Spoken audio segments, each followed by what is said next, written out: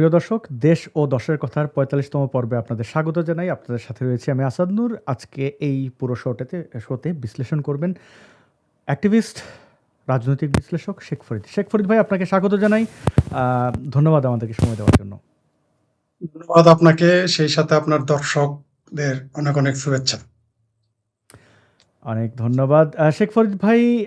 আমি কয়েকটি বিষয়ে সামনে আনবো, তার আগে একটু দর্শকদের বলে রাখি। প্রিয় দর্শক, আপনারা যারা দেখছেন কমেন্ট করবেন, আমরা চেষ্টা করব আপনাদের কমেন্টগুলো পড়ার, এবং সেই সাথে জানিয়ে রাখি আজকে শেখ ফরিদ ভাইয়ের অডিওতে একটু প্রবলেম হবে, কারণ শেখ ফরিদ ভাইয়ের যে ইউটিউব চ্যানেল থেকে আপনারা এই মুহূর্তে লাইভটি দেখছেন, এই ইউটিউব চ্যানেলটি আনফর্চুনেট বাট ট্রুথ হচ্ছে যে এটার হ্যাক করার চেষ্টা করা হচ্ছে, এবং এই হ্যাক করার চেষ্টা করছে যে কিনা একসময় শেখ ফরিদ ভাইকে সাহায্য করেছিল এই চ্যানেলটা খুলে দেওয়ার ক্ষেত্রে। মতের ভিন্নতা হওয়ায় তিনি হ্যাক করার বারবার চেষ্টা করছেন, এবং এটা নিশ্চিত যে বিফলে যাবেন। পৃথিবীর এমন কোনো মাইকা লাল নাই আমাদের ইউটিউব চ্যানেল ফেসবুক হ্যাক করে বা ডিসেবল করে আটকায় রাখবে। এখানে মাথায় কাপড় বেঁধে নামছি অ্যাক্টিভিজমে। যদি ডালে ডালে হাঁটতেও, তাহলে পাতায় পাতায় হাঁটবো। যে হ্যাক করার চেষ্টা করছে তার অ্যাকাউন্টস থাকবে কিনা সেটা একটা বড় বিষয়। আর হ্যাক কিন্তু একটা ক্রাইম, অফেন্স, এবং এটা আমেরিকার আইনে অবশ্যই এটা ফৌজদারি অপরাধ। তো যে গর্ত খুঁজছ, কোন জায়গা থেকে আইপি অ্যাড্রেস কী হ্যাক করার চেষ্টা করা হচ্ছে সেগুলো তো অবশ্যই আছে। তো যাই হোক, বন্ধু যখন শত্রু হয়, তো এবং কোনো মানুষকে যদি আপনি ইতিবাচক জানেন আর সে যখন ছ্যাচরামি করে, নোংরামি করে, গায়ে বিষ্ঠা মেখে এসে, তখন অবাক হতে হয়, খারাপ লাগে যে এই মানুষটাকে বিশ্বাস করেছিলাম। তো বিশ্বাসের মর্যাদা সবাই দেবে, এটা তো ভাবার কোনো কারণ নেই। শেখ ফরিদ ভাই, আমি বুঝতে পারছি আপনার মানসিক অবস্থা। স্বাভাবিকভাবে আমার অ্যাকাউন্ট যদি কেউ হ্যাক করার চেষ্টা করতো তাহলে সেটা তো খারাপই লাগতো। আজকে আপনি আপনার ল্যাপটপ থেকে আসতে পারছেন না, কারণ ল্যাপটপ আপনার অ্যাকাউন্ট রিকভারের ক্ষেত্রে ব্যস্ত আছে। তো সেটা নিশ্চয়ই ঠিক হয়ে যাবে। প্রিয় দর্শক, আপনারা একটু ক্ষমাসুন্দর দৃষ্টিতে দেখবেন আমাদেরকে। সবাই একটা বিষয়েই শুধু কমেন্ট করছেন। মাসুদ ভাইয়ের ব্যাপারে আমরা কিছুই বলতে পারবো না, এটা হচ্ছে কথা। অনেক সময় নীরবতা অনেক কিছু বলে দেয়। যদি নীরবতা কারোর উপকারে আসে, সেটাই ভালো। জি, সবকিছু সবসময় বলে দিতে হয় না। আপনার সাথে একটু ইন্টারফেয়ার করি। অনেক সময় কথা বলে পক্ষে থাকা যায়, অনেক সময় নীরব থেকেও পক্ষে থাকা যায়। দুটোই শক্তি, নীরবতাও শক্তি, কথা বলাও শক্তি। আমরা যথাসময়ে আপনাদেরকে জানাবো যারা মুফতি মাসুদকে নিয়ে উদ্বিগ্ন এবং রয়েছেন। প্লিজ, মুফতি মাসুদ একজন নক্ষত্র, তিনি নিজেই আপনাদের সামনে আসবেন, এত তাড়াহুড়া কেন? মানে আমি জানি আপনাদের কনসার্ন, জি, আপনাদের কনসার্ন যৌক্তিক, আমি স্বীকার করি, কিন্তু বিষয়টা দাঁড়ায় কি যে একটু আমাদেরকে সময় দেবেন প্লিজ। এর কারণ হচ্ছে যে মাসুদ ভাই যেন আমাদের মাঝে আগের মতো আসতে পারেন। আমি অনেক অভিমানে বলেছিলাম যে ইসলাম বিষয়ক প্রশ্নোত্তর পর্ব আমি আর করব না। মাসুদ ভাই অ্যারেস্টের পরে আমি অনেক কষ্ট পাইছি। তো যাই হোক, সেটা আবার শুরু হবে, আশা করছি সবই হবে। আমরা একটু প্রসঙ্গে যাই। শেখ ফরিদ ভাই, আজকের টাইটেল আপনি খেয়াল করছেন যে আজকের টাইটেল দিছি ভাবির পোলারা কেন রাস্তাঘাটে মায়ের খাচ্ছে কেন।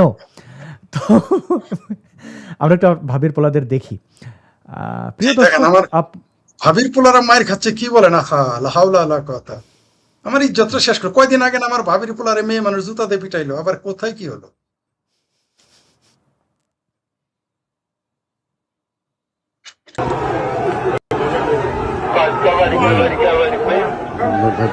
প্রিয় দর্শক, ব্যাকগ্রাউন্ডে শুনছেন জয় বাংলার স্লোগানে মুখরিত এই স্ট্রিট। এটি কয়েকদিন আগের ঘটনা, হাসনাত যে ডিম খাইলো ব্রিটেনে, এটা নমুনা।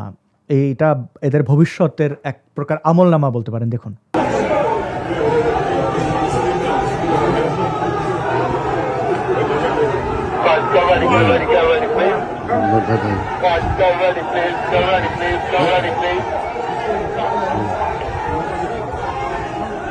very good. কাজ ভাই, আপনি রাস্তা ক্লিয়ার রাখুন।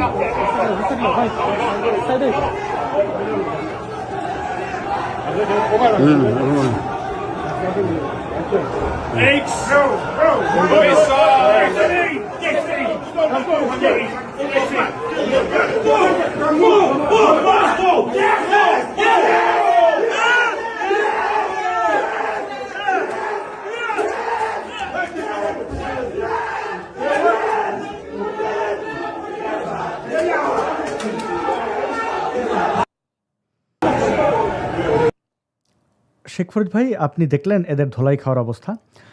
এবং এই যে আরও কয়েকটা ভিডিও আছে, এর আগে এরা পর্তুগালে মাইর খেয়েছে, এর আগে তারা ইউএসএতে মাইর খেয়েছে। তো এই যে লজ্জাজনক একটা অবস্থা, হাসনাত যেখানে ভাব ধরে পালায় না, হাসনাত পালাবে না, কি ধরনের কথাবার্তা যেন বলেছে, মানে আপনি গলি মে কুত্তাবি শের হে, এক কথা আছে না? তো এই যে বিশ্ব পরিমণ্ডলে তাদের যে অবস্থা, ক্ষমতায় তো এখন তারা আছে, কিন্তু তাদের যে অবস্থা, এই ভবিষ্যৎ আপনি কি দেখেন? শেখ ফরিদ ভাইকে সামহাও আমরা শুনতে পাচ্ছি না, যদি আপনার সম্ভবত মিউট হয়ে গেছে বা কিছু একটা। আমার ভাবির পোলারা তো মায়ের খাবে, এটা আমি আগেও জানতাম। কারণ ভাবির পোলারা ছিল হইলো বানের জলে পানি আসে যখন, দেখবেন যে চান্দা মাছ, তিতপুটি মাছ, তারপর আমরা বলি কড়াপুটি, মানে দেখবেন যে যত ছোট ছোট মাছ আছে পোকার মতো, এগুলো উজায় বেশি। তো এগুলোই কিন্তু জালে আগে ধরা পড়ে। তো আমার ভাবির পোলারা একটা পর্যায়ে পাবলিকের হাতে পেদানি খাবে, লাথি খাবে, উষ্টা খাবে, এটা সর্বজনীন। আপনি দেখেন এরা কেউ কেউ এমপি হয়ে যাওয়ার পরে কিভাবে দৌড়ানি খাইলো, এটা আপনার কাছে কেউ তার উপর পানি ঢেলে দেয়, পচা পানি, কেউ পচা ডিম মারে বাংলাদেশে। আর তো এটা ওইখানে আপনার ক্ষোভ প্রকাশ করার জায়গা আছে, মিছিল করার জায়গা আছে, প্রতিবাদ করার জায়গা, ওইখানে তো আর ওয়াকার ভাই আর নাই ওদের, তাই না? অন্য না, ওদের তো মামা, ওদের মায়ের খালাতো ভাই তো ওইখানে থাকতে পারবে না, তাই না? আমাদের বিয়ে হিসাব তো আর ওইখানে থাকবে না। তো এরা মায়ের খাবে, কারণ এরা জনগণের সাথে, দেশের সাথে, মানুষের সাথে যে প্রতারণা করেছে, এদের পরিণতি এত জঘন্য এবং এত বিভৎস হবে যে আমরা সেটা নিজেরাও কল্পনা করতে পারতেছি না।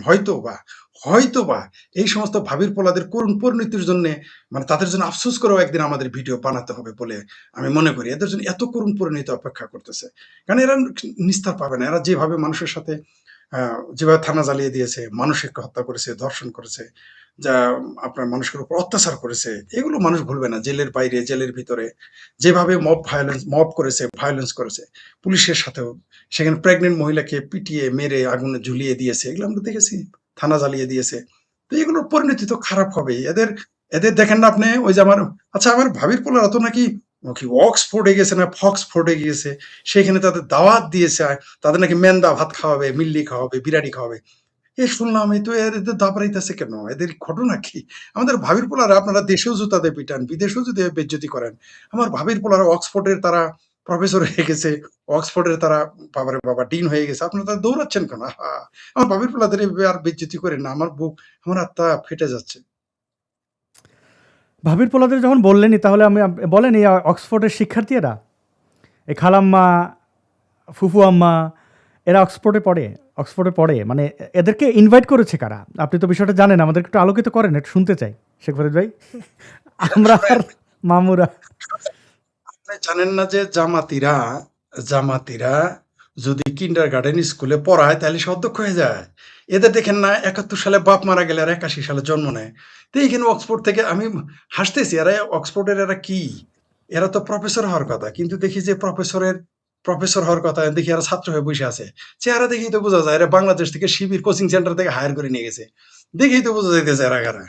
ওই যে দেখেন না নেশৌরি, ওই যে আমাদের ভাবির পোলাদের যে মামু, ওই যে তারেক রহমানের উপদেষ্টা, তারা দেখেই বলছে নেশৌরি মানে নেশাখোর। এদের দেখেই তো বোঝা গেল জামাতি। যারা জামাত বিশেষজ্ঞ তারা তো প্রথম চেহারাতেই বলে দেয়, মানে হাস্যকর ব্যাপার, ২-৪টা যদি কোটটাই প্যান্ট পরায় নিয়ে যাইতো, মানে এরা চেহারাটা তো লুকায় পারতেছে না, বুঝতে পারছেন? চেহারাটা তো লুকায় রাখতে পারতেছে না। এদের রাজনৈতিক পরিচয় কি? কারণ বিহেভিয়ার আর হচ্ছে বিলিভ, দুইটা কিন্তু একসাথে যায়। আপনি যতই লুকান, আপনার চেহারা আমার চেহারা দেখে আমরা যে পোশাকেই থাকি না কেন, এমনকি আপনি যদি জুব্বা পরেন, আমি জুব্বা পরে, আমাদের কিন্তু জঙ্গি মনে হবে না। কারণ মানে আপনার ফেস একটা ব্যাপার, মানে আপনার দর্শন, কারণ আপনার বিহেভিয়ার, বললাম তো, বিহেভিয়ার অ্যান্ড বিলিভস, এই দুটো একসাথে যায় মানুষের। আপনি কোনো না কোনো, আপনার আমার চেহারা দেখে আপনার মাথায় যদি পাগড়িও পরানো হয়, আমার মাথায় যদি টুপিও পরানো হয় পাগড়ি, তারপরেও কিন্তু আমাদের মনে হবে না যে আমরা ওই এদের মতো জঙ্গি বা শিবির। তো এদের দেখেই বোঝা যাচ্ছে, যে এরা কোন শ্রেণীর। এরা যে ইসলামী ব্যাংকের টাকায়, ইবনে সিনার টাকায়, তারপরে ইসলামী ব্যাংকের টাকায়, তারপরে কি কি যেন বলে, এনায়েতের টাকায়, বেনায়েতের টাকায়, জাকাতের টাকার লোক। তো দেখেই বোঝা যাচ্ছে এরা কারা। এরা যে এরা এমনকি এরা নবী মোহাম্মদের উম্মত না, এরা হচ্ছে মগা মওদুদির উম্মত, দেখেই তো বোঝা যাইতেছে। বুঝতে পারে যে একজন চশমা পরে পয়সা এসে নিজের ডন মনে করতেছে শাহরুখ খান, দেখেই তো বোঝা যায় যে এটা চশমা কালকে হাওলাত করে নিয়ে আসছে, এই চশমা দিয়ে ডন সাজা যাবে না। আর এই যে উনি দেখেন না বোরকায় মুখ রাখছে, কিন্তু ইনি বাংলাদেশের সংসদে গেলে কিন্তু চোখ ছাড়া কিছু দেখাবে না। সংসদে গেলে আসে তারা ট্রফি হয়ে যাবে, বুঝতে পারছেন? তো পাবলিক এগুলো বুঝে ফেলেছে, এদের প্রতারণা। আর জামাত, আপনি যদি ঠাড়া পড়া মিথ্যা কথা না বলতে পারেন, আপনি তো জামাত হইতে পারবেন না। তো এরা এগুলো করবে, করতে দেন। এদের চরিত্র ধরা পড়ছে, এদের চরিত্র ধরা পড়ে গেছে। এরা যে মানে নিজেরা বাটপারি করলে, লাম্পট্য করলে, দেখেন ইসলামকে মানুষ দোষ দেয় তসলিমা নাসরিন নাকি ইসলামের ক্ষতি করে, আসাদ নূর, আসিফ মহিউদ্দিন, ইমরান বশির, মুফতি মাসুদ নাকি ইসলামের ক্ষতি করে, মাঝে মাঝে দুই একবার আমরা শেখ ফরিদরের নামও নেয়, সে নাকি ইসলামের ক্ষতি করে। আচ্ছা বলেন তো, কবে আপনি বলেছেন যে নবী মাইশের বউ ঋণে টানাটানি করছে? আপনি বলেন নাই কবে বউ বদলেছে। আমি কোনোদিনে আপনি আসিফ মহিউদ্দিন বা মুফতি মাসুদ, তসলিমা আপাতত এগুলো বিশ্রী কথা বলবেই না। আর আমি তো এমনি এগুলো বলি না, জানিও না। এই প্রথম জানলাম এই শিবিরের থিঙ্ক ট্যাঙ্কের কাছে যে নবী আর নবীর সাহাবিরা তাদের পরস্পরের বউ নিয়ে টানাটানি করতেছিল। ঠিক আছে, মানে হাস্যকর ব্যাপার। তো এগুলো কারা বলেছে? জামাতিরা। এরা নিজেদের অপরাধ ঢাকতে নবী রাসূলকে সাহাবীদের নিয়ে আসছে, কয়দিন পরে আচ্ছা আল্লাহর নামে নিয়ে জি আসবে।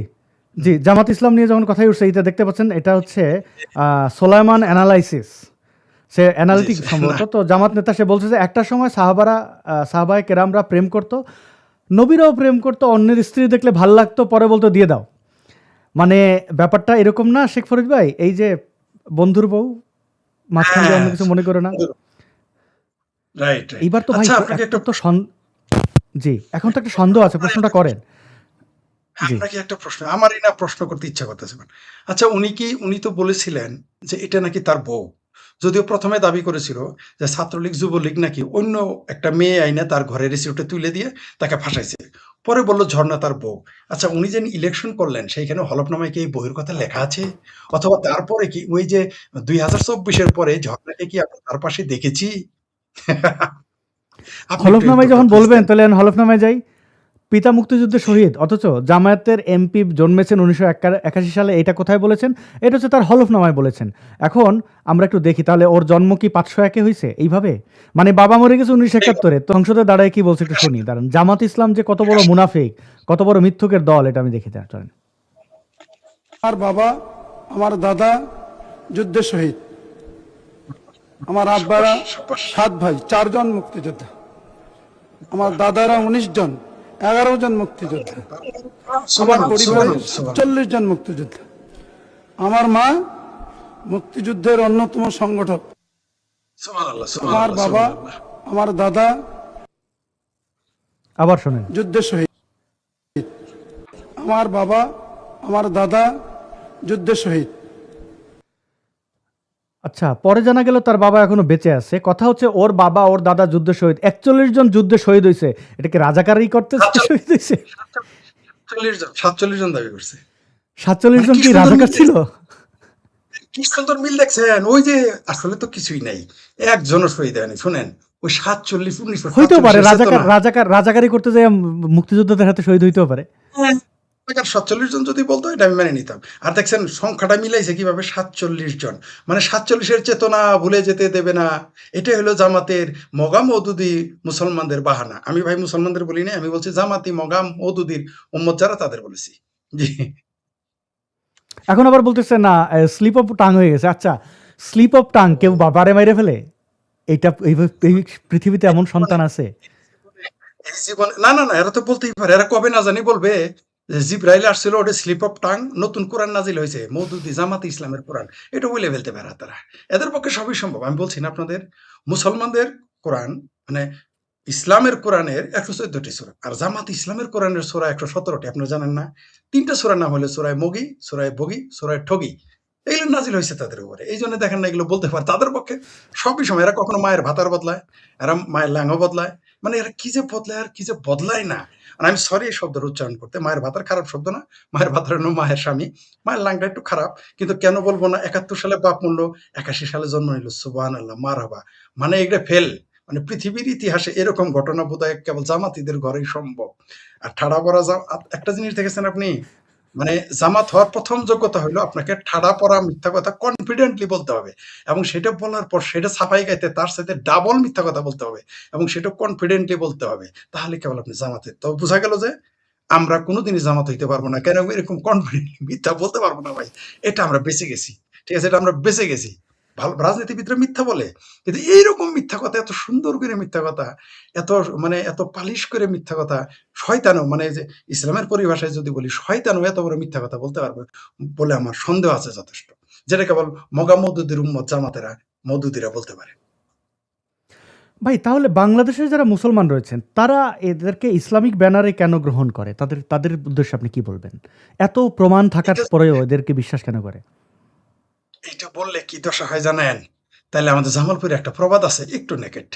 সে হলো কইলে মায়ে মায়ের খায়, না কইলে বাপে এটা খা। এদের দশা হলো তাই। এই দেশের মুসলমানেরা না অদ্ভুত। আপনি দেখেন এই দেশের মুসলমানরা একই সাথে বলে যে মুক্তিযোদ্ধা ছিলাম, আবার দেখবেন যে বীর বিক্রম, মুক্তিযোদ্ধা, স্পিকার আবার দেলোয়ার হোসেন সাঈদীর শোক প্রস্তাব আনে। বাটপাড়িটা দেখেছেন? আচ্ছা তাহলে আপনি যুদ্ধ কার বিরুদ্ধে করলেন? আচ্ছা আপনি যার বিরুদ্ধে শোক প্রস্তাব আনলেন, সেই লোকটা হলো তার বিরুদ্ধে আপনি যুদ্ধ করছেন।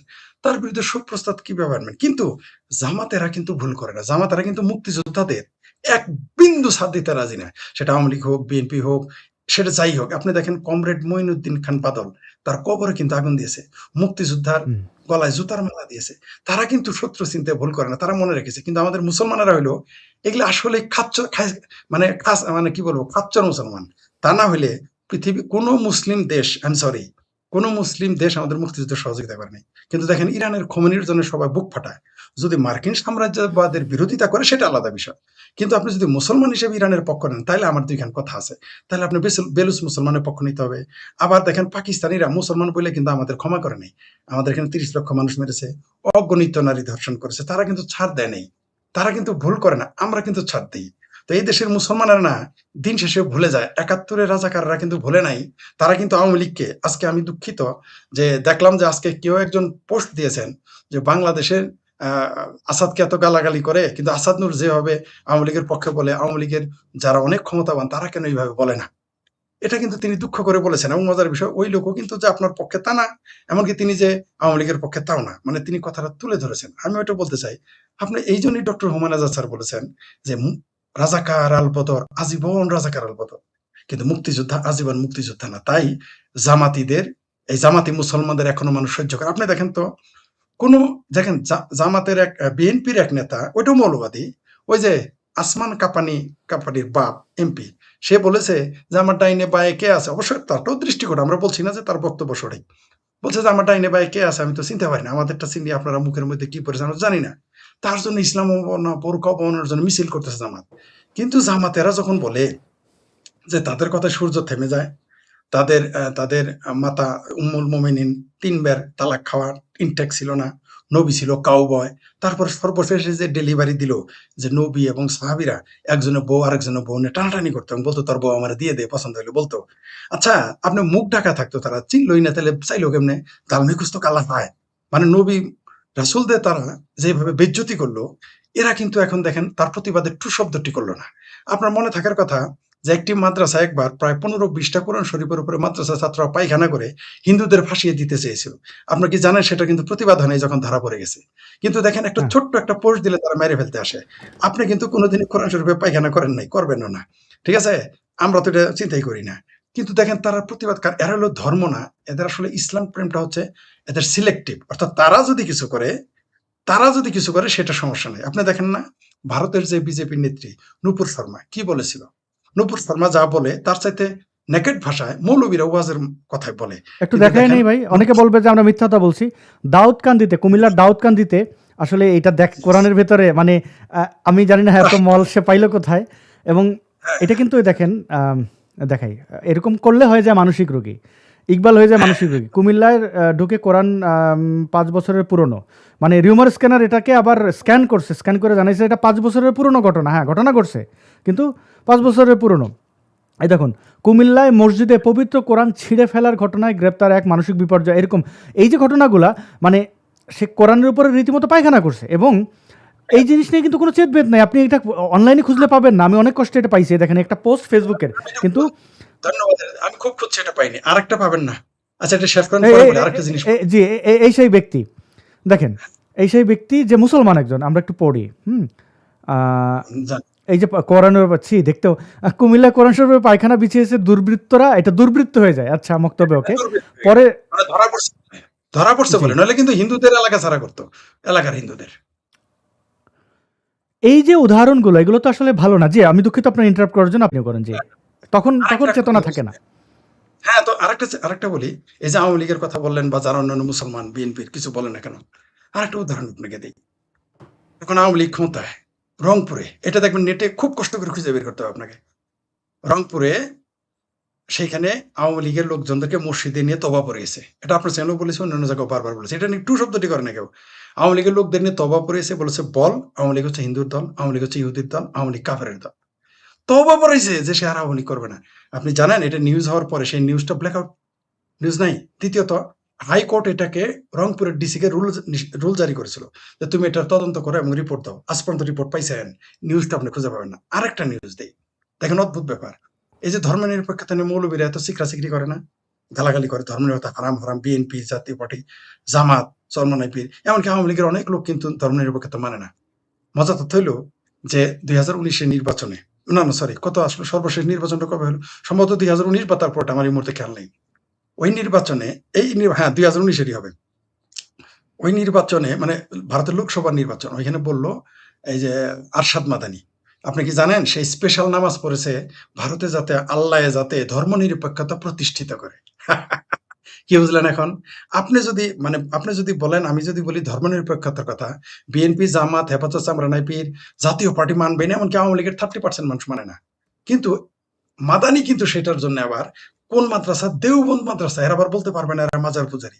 দেওবন্দ মাদ্রাসা খাঁটি মুসলমান, ঠিক আছে? তারা বলতেছে সেখানে স্পেশাল নামাজ পড়ে আল্লাহ তুমি, মানে বুঝেন, কিন্তু নামটাই দিছিল স্পেশাল নামাজ, যে আল্লাহ যেন ধর্ম নিরপেক্ষতা, সেকুলারিজম ভারতে ঠিক রাখে। কিন্তু ওই মাদ্রাসায় তারই শিষ্যর কাছে পইরা আইসা বাংলাদেশের মৌলবীরা বলে ধর্ম নিরপেক্ষতা হারাম। এদের বাটপা এটা দেখবেন নিউজ আপনি খুঁজে পাবেন। এগুলো আপনি পাবেন না। এগুলো আপনাকে মানে খুব কষ্ট হবে পেলেও। একটা অদ্ভুত ব্যাপার। এবং এটা বলে কোথায় পেয়েছেন, কোথায় ছিল, মানে তারা বিশ্বাসই করতেছে না। যেমন আপনি উইঘুরের মুসলমানদের যে নির্যাতন করে, কোন মুসলমানকে কথা বলতে শুনেন? একটা মুসলমানকে আপনি শুনেছেন? বলে নাই, বলবেও না। বামপন্থীরা একেবারেই চিঙ্কু বাম, জালিয়াত বাম, একেবারেই চুপ। আজকে জানেন একজন ভারতের বামপন্থী আমাকে কি লিখেছে জানেন? আমি নাকি ভারতের চড্ডি চাটা, আমাকে বলছে, বুঝতে পারছেন, ভারতের বাম। মানে এভাবে যদি বলতো যে আমি বিজেপির চাটা, তাও একটা কথা ছিল। বলছে ভারত চাটা চাড্ডি। আচ্ছা, আমি ভারত যদি চেটে থাকি তাহলে তো আমাকে তার ক্রেডিট দেওয়ার কথা, তাই না? সে নিজেও ভারতীয়, কিন্তু আমাকে গালি দিল যে আমি নাকি ভারত চাটা চড্ডি। চিন্তা করে দেখেন, এই হলো চিঙ্কু বাম। তো সব দেশে সব জায়গাতেই এরকম। আর বাংলাদেশে আপনি যে শিরোনাম দিয়েছেন, ভাগ্যিস লেখেন নাই যে ফরিদ ভাইয়ের ভাবির পোলা রাস্তাঘাটে মার খাইতেছে, আমার ইজ্জত আর একটু পাংচার হয়ে যেত, এমনি পাংচার হয়ে যাইতেছে। আপনি শিরোনাম দিয়েছেন ভাবির পোলা, লোকজন বুঝে ফেলতেছে যে আমার ভাবির পোলা। ঠিক আছে, ধন্যবাদ আপনাকে। ওইখানে লেখেন নাই যে ফরিদ ভাইয়ের ভাবির পোলারা। এরপরে লিখে ও ভালো, আপনার একটা সুসংবাদ দেই এবং একই সাথে দুঃসংবাদ। বাংলাদেশ থেকে কয়েকজন, মানে যারা নাটকের প্রতি, যারা নাটক বানায়, তারা বলেছে যে ভাবির পোলা নামে একটা সিরিয়াল তারা বানাবে, সিরিয়াল চলতেই থাকবে, ঠিক আছে? সেইখানে নাকি আমাকে মুখ্য ভূমিকায় দেখতে চায়, যে আমাকে তারা পাবে কিনা, এটা আপনাকে বলে রাখলাম। ভাবির পোলা শিরোনামে। আমি বললাম এখন কই না, এখন করলে তো আমার টিভি চ্যানেলই থাকবে না, আমাদের অস্তিত্ব থাকবে না। সময় যখন হোক আপনাকে আমরা, এটা একজন না কয়েকজনের প্রস্তাব দিয়েছে, আপনাকে জানাই রাখলাম। জি, ঠিক আছে, অনেক ধন্যবাদ। জি, এটা হলে তো দারুণ। আর অনেক আবার একই প্রশ্ন করছেন। আমি একটু সংক্ষেপে বলি, মাসুদ ভাই ভালো আছেন, নিরাপদ আছেন, নিরাপদে থাকতে দেন। তিনি যখন প্রকাশ্যে আসবেন আপনাদের সামনেই আসবেন, এটা নিয়ে কোনো তাড়াহুড়ো করবেন না। তার অনেক আইনি ধাপ আছে, ব্যাপার আছে, মানে হুট করে সব কিছু এত তাড়াহুড়ো করাটা ঠিক না। ফরিদ ভাইয়ের কথা নাকি ক্লিয়ার শোনা যাচ্ছে না, আসলে একটু প্রবলেম হইতে পারে, কারণ আমি বললাম তো ওই মাসুদ ভাইয়ের ব্যাপারে যার কারণে বিপদে পড়েছে ওই হিন্দু সন্ত্রাসী ওই একইভাবে ফরিদ ভাইয়ের অ্যাকাউন্ট হ্যাক করার চেষ্টা করতেছে। মানে একটা মানুষ কত বড় ছ্যাঁচড়া হইতে পারে, এটা আমি মানে আমি আর আমরা আমার অ্যাকাউন্ট হ্যাক হলো, সো হোয়াট? আমার তো এর সাথে বড় বড় চ্যানেল চলে গেছে। তবে তো বলে রাখি, আমার ওই 3 চ্যানেল চলে যাওয়ার পরে বাংলাদেশ এবং ভারতের মানুষ আরো আমাকে 50 গুণ না 100 গুণ বেশি চিনেছে। আশা করি এই চ্যানেল যদি তিনি নিয়েও যান, আমাকে আশা করি আরো তখন আরো বহু বিস্তৃতি জি, হয়ে আমার পরিচিতি আরো বেড়ে যাবে। আমি এটা নিয়ে I don't care, ঠিক আছে? শেখ ফরিদ ভাই, আপনি কথা বলছিলেন, খুব ভালো কথা বলছিলেন, আমি দেখতাম, কিন্তু আমি ভাবলাম আপনি পলিটিক্যাল কথাবার্তা বলেন। তো আপনার যখন জামাতির চ্যানেলে অ্যাটাক করেছিল তখন কিন্তু আপনার সাথে আমার এই শো নিয়ে কথা হয়েছে যে আচ্ছা ঠিক আছে, আপনি যেখানেই যাচ্ছেন সেখানে আপনার ভিডিও ডিলিট করে দিচ্ছে, আপনাকে টার্গেট করেছে, তাহলে আপনি আমার চ্যানেলে আসেন, দেখি কোন মাইকালাল আছে যে আপনারে আটকাবে। হ্যাঁ, ধরে নিলাম আমার চ্যানেল গায়েব করে দিল। আপনার চ্যানেল আমি নিয়মিত আসবো, প্রতিদিন আসবো, তখন তো তাদের হৃদয় জি, আরো ছটফট করবে, আমি বললাম না তো, দেখেন আমাকে সরিষাবাড়ি থেকে তাড়িয়ে দিয়েছে, আমি জামালপুরে চলে গেছি। জামালপুর থেকে তাড়িয়ে দিয়েছে, আমি ময়মনসিংহে চলে গেছি। আমার তো ডিমোশন হয় নাই। ময়মনসিংহ থেকে তাড়িয়ে দিয়েছে মৌলবাদীরা, জঙ্গিরা, আমি ঢাকায় চলে গেছি। ঢাকা থেকে আমাকে তাড়িয়ে দিয়েছে, আত্মগোপনে চলে গেছে। এখন আমাকে সবাই চিনে। এটা তো আরো ভালো হয়েছে। খেতে দেন। আবার আমার ৩ চ্যানেল খেয়ে দিয়েছিল, আপনি জানেন। তাতে কি হয়েছে? এই যে আপনার চ্যানেলে আসছে, আমার জনপ্রিয়তা বেড়ে গেছে। বা অন্যান্য বহু চ্যানেলে আমি গিয়েছি। আমার ভালো হয়েছে। ওই যে একটা কথা আছে না বাংলা প্রবাদ, "এক ঘর বন্ধ হলে ১০ ঘর খুলে যায়।" আমার দশা তাই। আমার দশা আমাকে কিন্তু ওই আরো একটা তথ্য দেই, এটা আপনাকে আমি বলতে চাই না। ওই ৩ টি চ্যানেল যে খেয়েছে, একটা আমাদেরই আরো পরিচিত মুখ, তাকে ক্ষমা করে দিয়েছি। ঠিক আছে? এটা আপনি হয়তো অনুমান করে বুঝে ফেলবেন। পরে আমি কাউকে বলি নাই কোনদিন। আমি বুঝতে পেরেছিলাম কে চ্যানেল একটা খেয়েছে। আর ২ টা আমাকে তো একটু সরকার আমি এখানে একটু সুযোগ দেন বলার, শেখ ফরিদ ভাই এবং প্রিয় দর্শক, শিওর, আমি শিওর। বলে রাখি, আপনারা শেখ ফরিদ ভাইয়ের ইউটিউব চ্যানেল থেকে এই মুহূর্তে ৩০০ জন দেখছেন। শেখ ফরিদ ভাইয়ের উপরে যখন জামাতিরা অ্যাটাক করেছিল, শেখ ফরিদ ভাই আমার সাথে এই ঘটনা বলার পরে, এবং আপনারা তো জানেন বাংলাদেশের যারা আমার দর্শক আছেন, এই এই পৃথিবীতে আমি এমন কোনো মাইকেলাল দেখি না যে আমার ইউটিউব, ফেসবুক, টুইটার, ইনস্টাগ্রাম নষ্ট করতে পারবে। এটা অসম্ভব। আমি নিজে আমার আরও ৫০ অ্যাক্টিভিস্টের অ্যাকাউন্ট ফিরে এনে দেওয়ার ক্ষেত্রে কাজ করি, এবং ফরিদ ভাই এখানে নিজে সাক্ষী। ফরিদ ভাই আপনি জানেন যে কিভাবে কি হয়। হ্যাঁ, তো তাই না? আমার ফেসবুক চ্যানেল চলে গিয়েছিল আপনার মাধ্যমে, বিশেষ ব্যক্তির মাধ্যমে, সেটা আমি ফিরে পেয়েছি। জি, এবার প্রিয় দর্শক, যখন ফরিদ ভাইরে অ্যাটাক করলো জামাতিরা, ফরিদ ভাই আমার সাথে আসলেন চ্যানেলে, এবং কোনো ভিডিও ডিলিট হয় না। আজকে ৪৫তম পর্ব, এই ১৫০-এর কথা। এটা শুরু হয়েছিল ফরিদ ভাইয়ের উপরে অ্যাটাকের পর থেকে, মানে ৪৫ সপ্তাহ ধরে আমরা কথা বলছি। কথা বলতে। সেটা ছিল জামাতি। ওদের তো আমরা এনিমি মনে করি, ঠিক আছে, ওরা আমাদের কামড় দেবে, ডিস্টার্ব করবে, জানি। কিন্তু যে এখন যে ছ্যাঁচড়ামিটা করতে, ছ্যাঁচড়াকে বলি, বেটা মনে করস কি নিজেরে? হ্যাঁ, অ্যাটাক হাসি করলে আসতেছে। ওইটা যে কোন জায়গায় আসে। আজকে থেকে ২ বছর আগেও, হ্যাঁ, আমার এখন গালটাল একটু ভরছে, আগে গালটাল ভাঙা ছিল, আমি খুব খুব বাজে অবস্থায় ছিলাম, আমার আইডেন্টিটি ছিল না। এখন যে পর্যায়ে আছি, এটা অর্জন করছি নিজে তিলে তিলে। শেখ ফরিদ ভাইকে আজকে পুরো বাংলাদেশের মানুষ চেনেন, এটা অর্জন করেছেন। আর একটা ঘটনা বলে, এটা সিক্রেট কিছু না, ভারতের খুবই রাইট। প্রমিনেন্ট একটা চ্যানেল, খুবই প্রমিনেন্ট একটা চ্যানেল, আমি বলে দিই, রিপাবলিক বাংলা। সেই রিপাবলিক বাংলার খুবই পরিচিত একজন হোস্ট, আমি নাম বলবো না, আপনারা যে বুঝছেন। তিনি আমার সাথে খুব ভালো সম্পর্ক, বন্ধু ওয়ার টাইপের। আমাকে অনেকবার রিপাবলিকে ডাকতেন। আমি যেতাম না এই কারণে যে রিপাবলিক একটা সময় বাংলাদেশি বিরোধী কথাবার্তা বলতো। আমার দেশপ্রেম কি এটা আমি আপনাদের প্রমাণ করবো না, কিন্তু যেই প্ল্যাটফর্মে আমার বন্ধু হোক, সে একটা পার্শ্ববর্তী রাষ্ট্রের, সে তার এজেন্ডা, তার সাংবাদিকতা সে ব্যবহার করবে, কিন্তু আমি তার চ্যানেলে যাই নাই। আপনারা অনেকে তার চ্যানেলে দেখছেন, আমি অনেকগুলো ইন্টারভিউ জুলাই সময় পরে আর যাই নাই। যখন দেখছি জুলাই জঙ্গিদের ঘৃণা করতে যায় বাংলাদেশের বিরুদ্ধে আচরণ করা হচ্ছিল, যদিও আমার উপস্থিতিতে কখন এটা করেন নাই, কিন্তু আমার মনে হয়েছে না, আমি আমার দেশকে রিপ্রেজেন্ট করে আমার দেশের বিরুদ্ধে যে চ্যানেল বলে, আমি সেখানে যাব না। তো সেই ভদ্রলোক আমার সাথে গতকালকে যোগাযোগ করে বলছেন, আসাদ, তুমি কি আমাকে, আমার সাথে তুমি কি আমাকে হেল্পটা করবা, কি যে তোমার মতো করে ক্যামেরা সেট আপ, লাইট এবং ব্যাকগ্রাউন্ড আমারে তৈরি করে দিতে আমারে সাহায্য করতে হবে। আমি বললাম হ্যাঁ, করবো। এখন চিন্তা করেন, সে ভারতের খুবই চকচকে, তাদের সেট কিন্তু দারুণ। রিপাবলিক বাংলার মতো একটা জায়গা থেকে খুবই পরিচিত মুখ। রিপাবলিকের যদি ৩ জন সাংবাদিককে কেউ চেনে, তার মধ্যে একজন, তিনি আমার বন্ধু। বলে, এটা আমি বলতেছি না আমি বড় একটা হ্যাডাম হয়ে গেছি, আমি বলতেছি যে এই যে আমার কাজ, আমি এটা নিয়ে পড়ি, সিনেমাটোগ্রাফি, লাইট, সাউন্ড, এগুলো নিয়ে আমি পড়ি। আমি ইঞ্জিনিয়ার, মানে আমার আগের পড়াশোনা ইলেকট্রনিক, আমার ব্যাকগ্রাউন্ড যা দেখেন আপনারা, এটা কিভাবে সম্ভব, যারা একদম প্রফেশনাল টিভি হোস্ট করে তারাও জানবেন, এটা টেলিভিশন হোস্ট যারা করে তারাও জানবেন এটা কেমনে পসিবল। এখানে কি ইউজ হয়েছে, এখানে কি লেজার প্রজেক্টর ইউজ হয়েছে, এখানে কি টেলিভিশন, কি স্ক্রিন ইউজ হয়েছে, আমি কি খুব পশ, আমি কি আমির, মানে কোটি কোটি টাকার মালিক, আমার কেন পিনাকিকে ফান্ড করা জামাতি এত টাকার অভাব নেই, সে কেন এরকম এত চমৎকার আউটপুট দিতে পারে। আমি বলবো না চমৎকার আমার, কিন্তু অবশ্যই আমার সাউন্ড, ভিজুয়াল সবই চমৎকার বলেই তো সে বন্ধু সে আমার সাথে যোগাযোগ করেছে যে তার এইটা চাই। এবং আপনারা দেখবেন যে, এবং আমি খুব গর্বিত হব তার এই জায়গাটাতে আমার হাতের ছোঁয়া থাকলে। আমি তো একদিকে শিল্পীও বটে, তাই না, এটা আমার আর্টের জায়গা।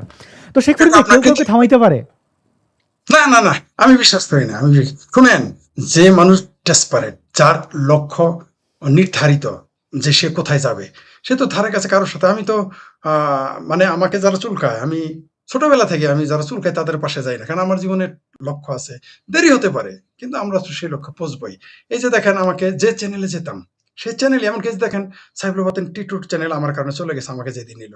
তারপর চেতনা চলে গিয়েছিল, আরো অন্যান্য চ্যানেল, আমজনতা তো চলে গিয়েছিল। কিন্তু কি হয়েছে, এখন আমার পরিস্থিতি আরো চারদিকে বেড়ে গেছে, এবং আশা করতেছি অক্টোবরের ১ তারিখ থেকে, এই যে আপনার মতো আমার এগুলো আপনি বানাই দিবেন, আশা করি তখন আমার অবশ্যই। পরিস্থিতি ওয়ার্ল্ড ক্লাস। এখনই আমাকে বাংলাদেশ সহ ভারতের পশ্চিমবঙ্গে, আপনি তো জানেন যে আমি আমি অবশ্যই কৃতজ্ঞ বাংলাদেশের জনগণ এবং বাংলাদেশের মুক্তিযুদ্ধের পক্ষের মানুষ সহ, আওয়ামী লীগ সহ, এবং যারা মুক্তিযুদ্ধের মুক্ত চিন্তার সকলে, যারা মুক্ত বুদ্ধি এবং গণতন্ত্রের বাক স্বাধীনতার কথা বলেন, মানবাধিকারের কথা, তাদের প্রতি কৃতজ্ঞতার আমার পক্ষে পশ্চিমবঙ্গ এবং ত্রিপুরায় আমার যে এত ফ্যান, আমি আসলে জানতাম না। আমাকে এত ফোন দেয় যে আমি ভেবে পাই না যে এত মানুষ কিভাবে তারা আমাকে, মানে তারা দেখে। তো এই জনপ্রিয়তা কেউ কাউকে ঠেকায় রাখতে পারবে না, পারবেই না। আপনি যদি আপনার লক্ষ্যে এই যে আপনি তো কম স্ট্রাগল করেন না। আজকে তো এই আসাদ তো আর এমনি হয় নাই। আপনাকে তো সেই শুরু থেকে আমি জানি যে আপনি কিভাবে ধীরে ধীরে, ঠেকানো যায় না, এটা প্রতিভাকে ঠেকানো যায় না। সময় লাগতে না। পারে, সময় লাগতে পারে, একটা এবং পর্যায়ে হবে। আমার একটু জি। বেশি লাগছে, একটু কম লাগছে, এই তো। তারপরেও মনে করেন যে আসলে আমার খুব ভালো লাগছে যে আমার যখন সমস্যা হলো ঠিক তখনই আপনি আমাকে বললেন যে আমার চ্যানেলে আসেন, এবং আমি দেখলাম যে আমাকে ঠেকায় রাখা যাবে না। কোথাও না কোথাও আপনার পথ খুলে যাবে। যে বললাম, এক পথ বন্ধ হলে 10 পথ খুলে যায়। 10 পথ খুলে যাবে, এটাই স্বাভাবিক। জি। শেখ ফরিদ ভাই, আপনি একটা দারুণ স্মৃতিচারণ করেছেন। আমি যদি একটু ফেসবুকে যাই এবং আমি আপনার সাথে একটা ছবি আমার আছে, আমি ওই দিনটা মনে করতে চাই, এবং দর্শকদের আজকে অনেক কথা আসতেছে, আসলে এটা বলা উচিত, মজাই লাগতেছে। প্রিয় দর্শক, একটা জিনিস জানবেন, এখানে একজন বারবার কমেন্ট করছেন, মাসুদ ভাই মুক্তি পেয়েছেন কিনা। ভাই, আপনার মাথায় কি কোনো ঘিলো নাই? এতক্ষণ ধরে কি বলতেছি? সারা রাত সোনাবানের কাহিনী শুনাইলাম, সকালে উঠে বলেন সোনাবান বেটা না বেটি। মানে এই ধরনের, আমরা তো মানুষকে আলোকিত করার চেষ্টা করি। তো সেখানে যদি আপনারা এরকম কমেন্ট করেন, যে কমেন্টের আসলে এর চেয়ে আর ক্লিয়ার করে কি বলা উচিত? মানে আপনারা কি চান? যে আমি খুবই ডিসঅ্যাপয়েন্টেড আপনাদের এই বিহেভিয়ারে। মানে মাসুদ ভাই মুক্তি পাইছেন কিনা? আরে মাসুদ ভাই মুক্তি পাইছেন কিনা, এখন তো আপনারা কি মাসুদ ভাইয়ের ওই কি জেলের সনদ আইনা দেখাইতে হবে? তো যে জিনিস বোঝেন না, চুপ থাকবেন। এত আপনার পীড়িত কেন? অনেক সাফার করছি, আমাদের অ্যাক্টিভিস্টরা অনেক অনেক অনেক হয়েছেন, এই জিনিসগুলো হইতে দেওয়া যাবে না। এবং আমার শেখ ফরিদ ভাইয়ের সাথে কলকাতায় দেখা হয়েছিল, ভাই সালটা কত ছিল? এটা বোধহয় করোনার পরে নাকি না তার আগে, করোনার আগে বোধহয়। করোনার করোনার আগে। আগেই, কারণ আপনি যে হোটেলে ছিলেন ওই হোটেলটাতে, সোনারগাঁও হোটেল, ওইখানে তো করোনার পরে তাদের কঠিন পরিস্থিতি, মানে কাকতালীয়ভাবে আমি হোটেলে উঠছিলেন, ওই হোটেলের ওনার ছিল আমার আগে, ফ্রেন্ড। আগে। আমি একটু দেখি, শেখ ফরিদ ভাই আপনার ওই ছবিটা পাঠিয়েছিলেন, আমি একটু দর্শকদের দেখাই। এটা কিন্তু এই কথাটা বোধহয় কেউ জানে না, আমি আজকে এখন যেটা বলবো সেটা হচ্ছে, আমার সাথে শেখ ফরিদ ভাইয়ের দুটো জায়গায় দেখা হয়েছে। 2018 সালে যখন আমি জেল থেকে বাইরে হয়েছি, যে ভুলটা আমি করছিলাম, জেল থেকে বাইরেই আমি পরিবাগে গেছিলাম তসলিমা নাসরিনের জন্মদিন উৎসবে, এবং ওইখানে যাওয়ার পরে হেফাজত জেনে যাওয়ার পরেই কিন্তু আমাকে তারা করে, অ্যাটাক করে, এবং সরকারের কাছে দাবি জানায় যে আমার অ্যারেস্ট করতে হবে, ডিজিএফআই এসে আমার গুম করে ফেলে। ওই সেই সময় যে শেখ ফরিদ ভাইয়ের সাথে আমার দেখা হয়েছিল, এটা আমার মনে ছিল না। মানে অনেকের মধ্যে আমার ওইভাবে মনে, পরে আমার কলকাতায় শেখ ফরিদ ভাইয়ের সাথে দেখা হয়েছে। আমি দুইটা জিনিসই দেখাই। শেখ ফরিদ ভাইয়ের সাথে প্রথম আমার দেখা, দেখেন এখানে অনেকে আছেন, তারা প্রথিতযশা মানুষ, এটা ওই গণজাগরণ। সময়, এখানে। জি, হুম। এই দেখেন ভবদা আমাকে নিয়ে এখানে, তসলিমা নাসরিনের এই জন্মদিন, আমি জেল থেকে মাত্র বেরিয়েছি, তো আমার ওখানে বসায় দিয়েছেন। তখন আমি কি কোনো পরিচিত লোক কিনা, আমার এখানে এই যে শাকিল অরণ্য ভাই, ওনারা আমাদের অগ্রজ গণজাগরণে, আমার একটু লজ্জা লাগছে যে আমি এখানে একজন তুচ্ছ মানুষ, আমাকে এখানে বসায় দিল, এবং আমার সাথে বিয়াস ছিল। তো আমি বক্তব্য রাখছি, সেই বক্তব্যগুলো একটু তীব্র ছিল মনে হয়। আমি এখানে একটা কথা বলছিলাম যে কেন তসলিমা নাসরিনকে আমরা দেশে আনছি না, এটা ছিল একটা বড় প্রশ্ন। এই তো এই শেখ ফরিদ ভাই, yes! এই হচ্ছে জিন্দাপীর, তখন ক্লিন শেভ, চুল দাড়ি, মানে নিপাট একজন ভদ্রলোক লোক। এখন তো অনেকটা, দেখেন শেখ ফরিদ ভাই এই ভিডিওটা করেছেন, হ্যাঁ। এবং আমার কাছে, আমি ওই টি শার্টটা শেখ ফরিদ ভাই আমি দেখাবো, তসলিমা নাসরিন এই যে টি শার্টটা পরে আছি, এই টি শার্টটা এখন আমি ধরে রাখছি, এবং আমি এটা অনেকদিন রাখবো। এবং পরে আমার সাথে দেখা হয় কলকাতায়, এটা 2022 সালে দেখতে পাচ্ছেন। এই ছিলাম আমি, আসাদ, এবং এই ছিল শেখ ফরিদ ভাই। তিনি লিখছেন তখন যে আমি ফেসবুকে লাইভ ভিডিও দিলেও কেউ কম এডিট করা, এইবার একটা এডিট করা ছবি দিলাম, কেউ বলবে, হ্যাঁ, কেউ বলে এডিট করা। তো এইটা ছিল শেখ ফরিদ ভাইয়ের সাথে আমার দেখা, এবং শেখ ফরিদ ভাই খুব কোমল একজন মানুষ। তখন উনি ভিডিও অ্যাক্টিভিজম তো দূরের কথা, এই জিনিস বোধহয় ভাবেনও নাই। শেখ ফরিদ ভাই সেই জায়গা থেকে, আর শেখ ফরিদ ভাই আপনার মনে আছে যখন আপনি আমার তখন দেখতেছিলেন, আমার মনে আছে আপনি আমার জড়ায় ধরছিলেন, তখন এখানে আরো কয়েকজন লোক ছিল, সেই লোকগুলোর অনেকে, একজন আমাদের মারা গেছেন, আমাদের সেই ভাই খোকন শেখ ভাই, মনে আছে আপনার খোকন শেখের কথা? খোকন শেখ ভাই চিকিৎসার অভাবে ভদ্রলোক মারা গেলেন। আরে হুম, খোকন ভাইরে দেখি এখানে পাওয়া যায় কিনা। এই তো দেখো। তো না, এই জন্মদিনের অনুষ্ঠানে আমি শুধু ছিলাম, এটা ছিল আমার অপরাধ। আমার ডিজিএফআই ধরে নিয়ে যায়, ধরে নিয়ে জেলে, দ্বিতীয়বার জেলে নিল অন্যায়ভাবে। আমার বিরুদ্ধে মাদক চোরা কারবারির মামলা দিল, চোরা কারবার না কি জন্য মামলা দিছে, ওই মামলা আর ওরা পরিচালনা করেনি, কোথাও নিউজও করে নাই। আওয়ামী লীগকে আমি কোনো একদিন সুযোগ পাইলে ওই মামলার জন্য যে অফিসার ছিল এর আগে টুটি আমি চেপে ধরবো। ওই যে দেখাইছেন ওনাকে, দেখছেন? হ্যাঁ, এর আগে দেখলাম ওনাকে। না এই নিয়ে খোকন এটা শেখ, না, আরে একটু আগে দেখাইছিলেন। খোকন শেখ ভাই এখন আর নাই, মারা গেলেন। আরে খোকন শেখ, এই যে আরেকবার করেন, একটু আগে দেখলাম। এইখানে আমি দেখেছি খোকন শেখকে দেখা যায় আমাদের মধ্যে। না না না, এই যে বাম পাশের লোকটা, এই যে ফুলাতা শার্ট লোকটা হবে। হ্যাঁ, আমি একবার দেখছি আমি অবশ্য।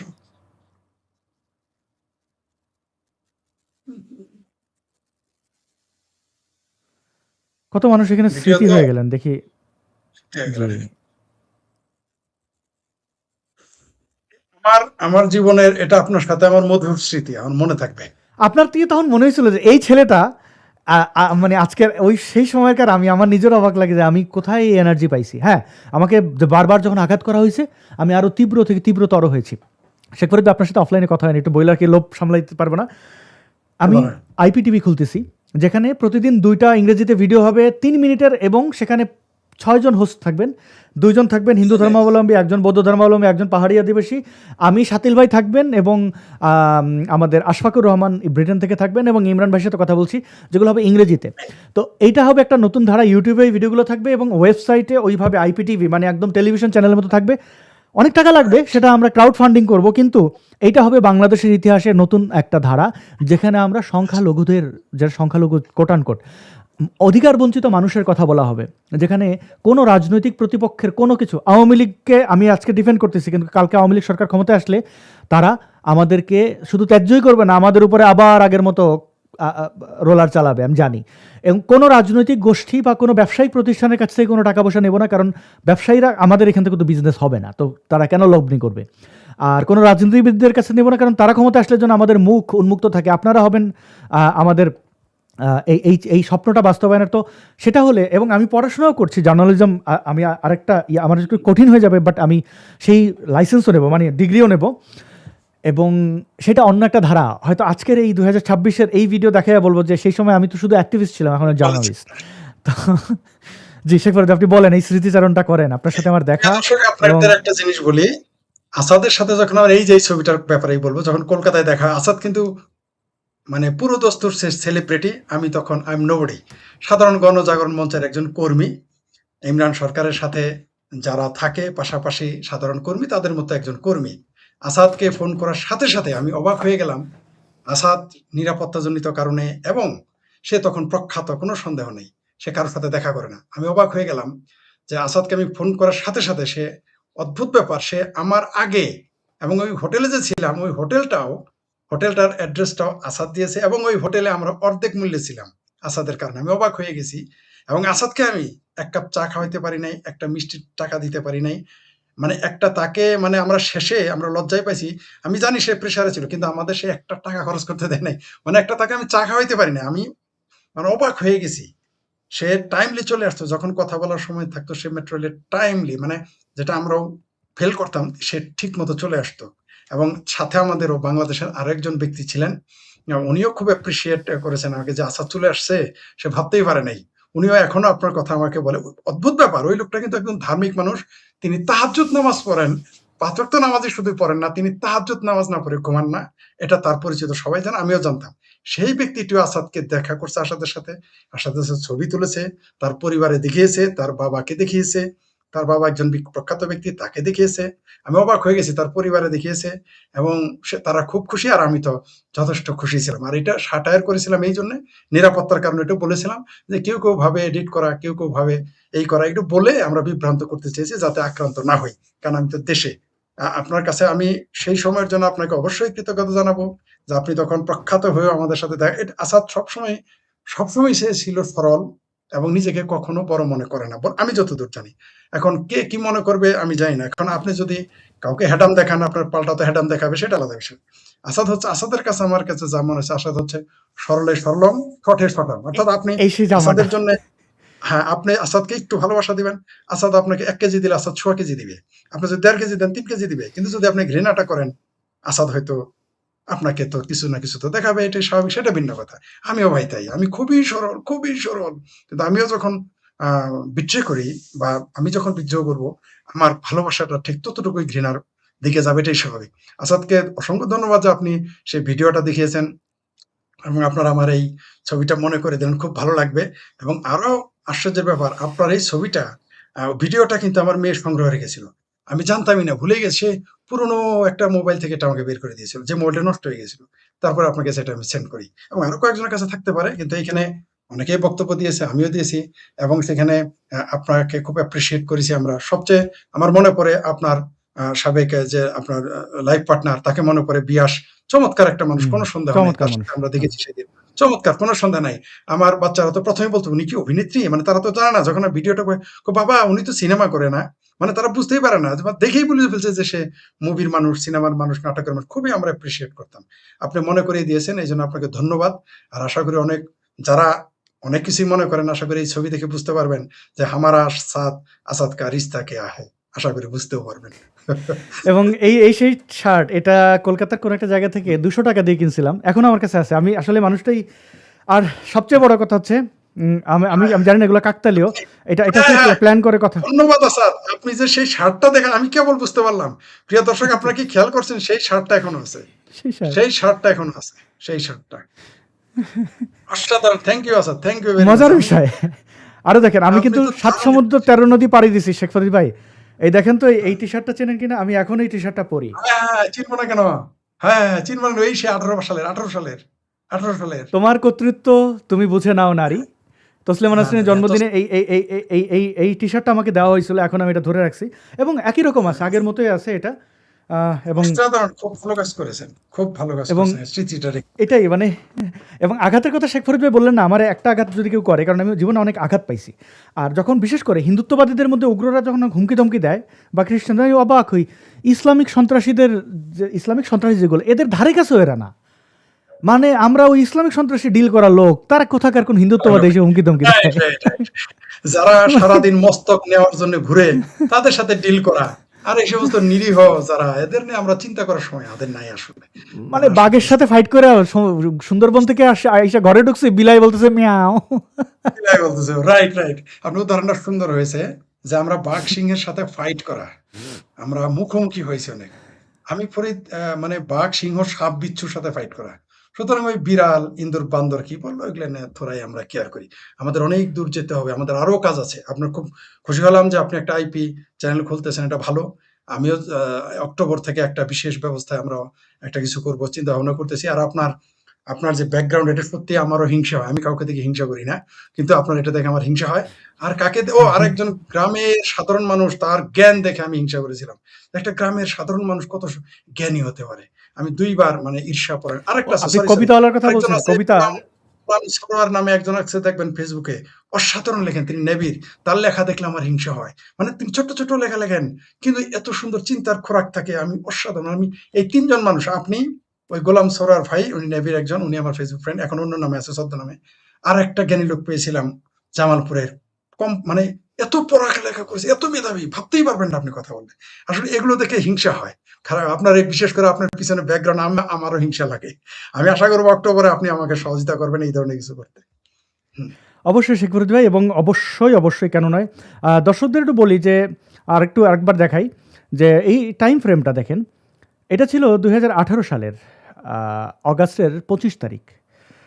তো তসলিমা আপার জি, জন্মদিন উদযাপন করতেছিলাম আমরা। হ্যাঁ, এবং আজকে 8 বছর হয়ে গেল। এই টি-শার্টটা আমার কাছে যেরকম ছিল একই রকম আছে। টি-শার্টটা খুব খুব ভালো, পড়তে ভালো লাগে। এমন না যেরকম যত্ন করে উঠে রাখছি, আমি এটা পরি। তো এই টি-শার্টটা যেরকম ধরে রাখছি, একইভাবে আজকে থেকে 4 বছর আগে এই শার্ট, এই যে দেখতে পাচ্ছেন, এবং এটা কোথায় দাঁড়ান আমি একটু দেখাই। ওকে, একটু সময় দেবেন প্রিয় দর্শক।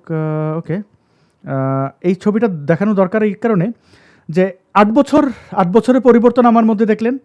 আমি যেটাই করছি দায়বদ্ধ ছিলাম আমার দর্শক শ্রোতাদের কাছে, সততা নিয়ে ছিলাম।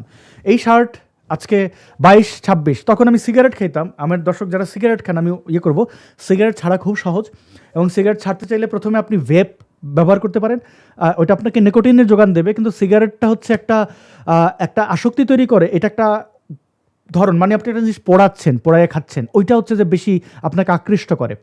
তো সেক্ষেত্রে আপনি যখন ধোঁয়া পাবেন, নিকোটিন পাবেন, কিন্তু ওই যে পোড়ানোর যে সাইকোলজি, ওইখান থেকে বের হয়ে যাবেন। তারপরে দেখবেন একসময় আপনার ভেপ ভালো লাগতেছে না, সিগারেট ছেড়ে দিতে পারেন। আমি এভাবে সিগারেট ছাড়ছি, এবং সিগারেট ছাড়ার পর আমার ঠোঁট লাল আর সব অনেক কিছুই উন্নতি হয়েছে। তখন দেখেন আমার চোখে মুখে ফ্যাকাশা। তবে সিগারেট খেয়ে আমার চুল অনেক পড়ে গেছে, এখন চুল পাতলা হয়ে গেছে, আগে চুল অনেক ঘন ঘন ছিল। তো আর কলকাতার জল অনেক বেশি আয়রন, ওটা একটা কারণ ছিল। তো শেখ ফরিদ ভাইয়ের ঘন চুল দেখে আমি হিংসা করি। তো দেখেন তখন চেহারার মধ্যে ছাপ ছিল, হতাশা ছিল, কারণ আমার কোনো আইডেন্টিটি ছিল না। আমি রাইট। মিস্টার বিনের একটা ইয়ে আছে যে একটা ক্রেডিট কার্ড নিয়ে ও সেল শপিং করতে যায়, তখন মানুষকে দেখায় যে আমার ক্রেডিট কার্ড আছে। আমার মনে হচ্ছিল যদি কোনো দিন আমি আমার আইডেন্টিটি ফেরত পাই, যেটা বাংলাদেশের ছিল, কোনো একটা জায়গায় বৈধ থাকি, তো আমি মানুষকে আমার আইডি দেখাই বেড়াবো। কিন্তু এমন একটা দেশে থাকি ওখানে কেউ আইডি দিতে হয় না। ইন্ডিয়াতে থাকতে প্রত্যেকটা এক প্রভিন্স থেকে আর প্রভিন্সে যাইতে পারিনি, চিকিৎসা নিতে পারিনি, কত কিছু হয়েছে, কিছুই কত অধিকার নিয়ম পাই নাই। কানুন। এটাই শেখ ফরিদ ভাই, এই যে দায়বদ্ধতা, আজকে 8 বছর পরে একটা ভিডিও দেখাইলাম, এবং এখনকার যে অবস্থান, এটা জনগণের কাছে এতটুকু যে কখনো আমাকে পিনাকি হইতে হয় নাই, আমাকে কখনো কারোর কাছ থেকে অর্থ সুবিধা নিয়ে কোনো পারপাস সার্ভ করতে হয় নাই।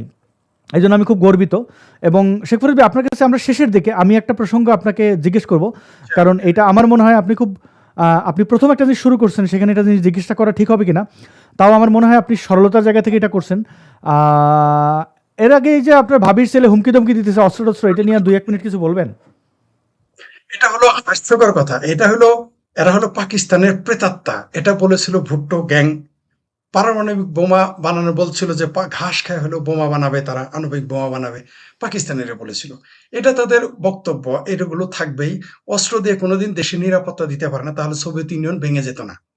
তাহলে কোনোদিনই সোভিয়েত ইউনিয়ন ভেঙে যেত না। ব্রিটিশরা দ্বিতীয় বিশ্বযুদ্ধে জয়ী হওয়ার পরেও তাদেরকে নিজেদের গুটিয়ে নিতে হতো না 1947-এর পরে, কারণ তারা বিজয়ী ছিল। তো যুদ্ধ পারমাণবিক বোমায় আপনাকে, এরা এরা নির্বোধ, এরা জানে না।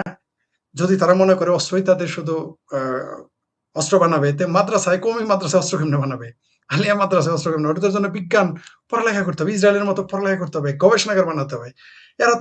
এরা তো আয় রোজগার দিয়ে মাদ্রাসা বানায়, অস্ত্র কেমনে বানায়? ওই যে হাওলাতি আর পারমাণবিক অস্ত্র দিয়ে আপনার দেশের নিরাপত্তা দিতে পারবেন না। এখনো সোভিয়েত ইউনিয়নে, রাশিয়াতে, সারা পৃথিবীতে যত পারমাণবিক বোমা রয়েছে তার চাইতে কয়েক গুণ বেশি পারমাণবিক বোমা এখনো রাশিয়ার কাছে মজুদ রয়েছে। তার মানে কি রাশিয়াকে নিরাপত্তা দিতে পেরেছে? সুইজারল্যান্ডে সেনাবাহিনী নেই, জাপানের সেনাবাহিনী নেই, তাতে কি তাদেরকে আপনি কি করতে পেরেছেন? আপনি জানেন পৃথিবীর অনেক দেশের সেনাবাহিনী। আর আপনি ইউরোপের সম্পর্কেও জানেন, আমরা সবাই জানি যে ইউরোপে সীমান্তই নেই, সীমানা রক্ষী নাই। কি হয়েছে তাতে?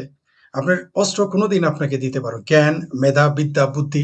ওই যে আপনি আপনি তরবারি নেবেন আর ঘোড়া নেবেন আর বোমা বানাবেন আর দেশ দখল, তাহলে অস্ত্র দিয়ে যদি আপনি নিরাপত্তা দিত, তাহলে তো উত্তর কোরিয়া পৃথিবীর সবাইকে দখল করতো আর রাশিয়া দখল করে নিত, তাই না? আপনার পাকিস্তানের কাছে তো পারমাণবিক বোমা রয়েছে। ভারতের সাথে এত উষ্টালাতি খায় কেন? তারা কেন এখন বাংলাদেশকে দিয়ে উস্কাইতেছে? তাদের নিজেরাই মুরত থাকলে তারা তো কাশ্মীর সীমান্তে পারে লাঠালাঠি করতে, যায় না কেন?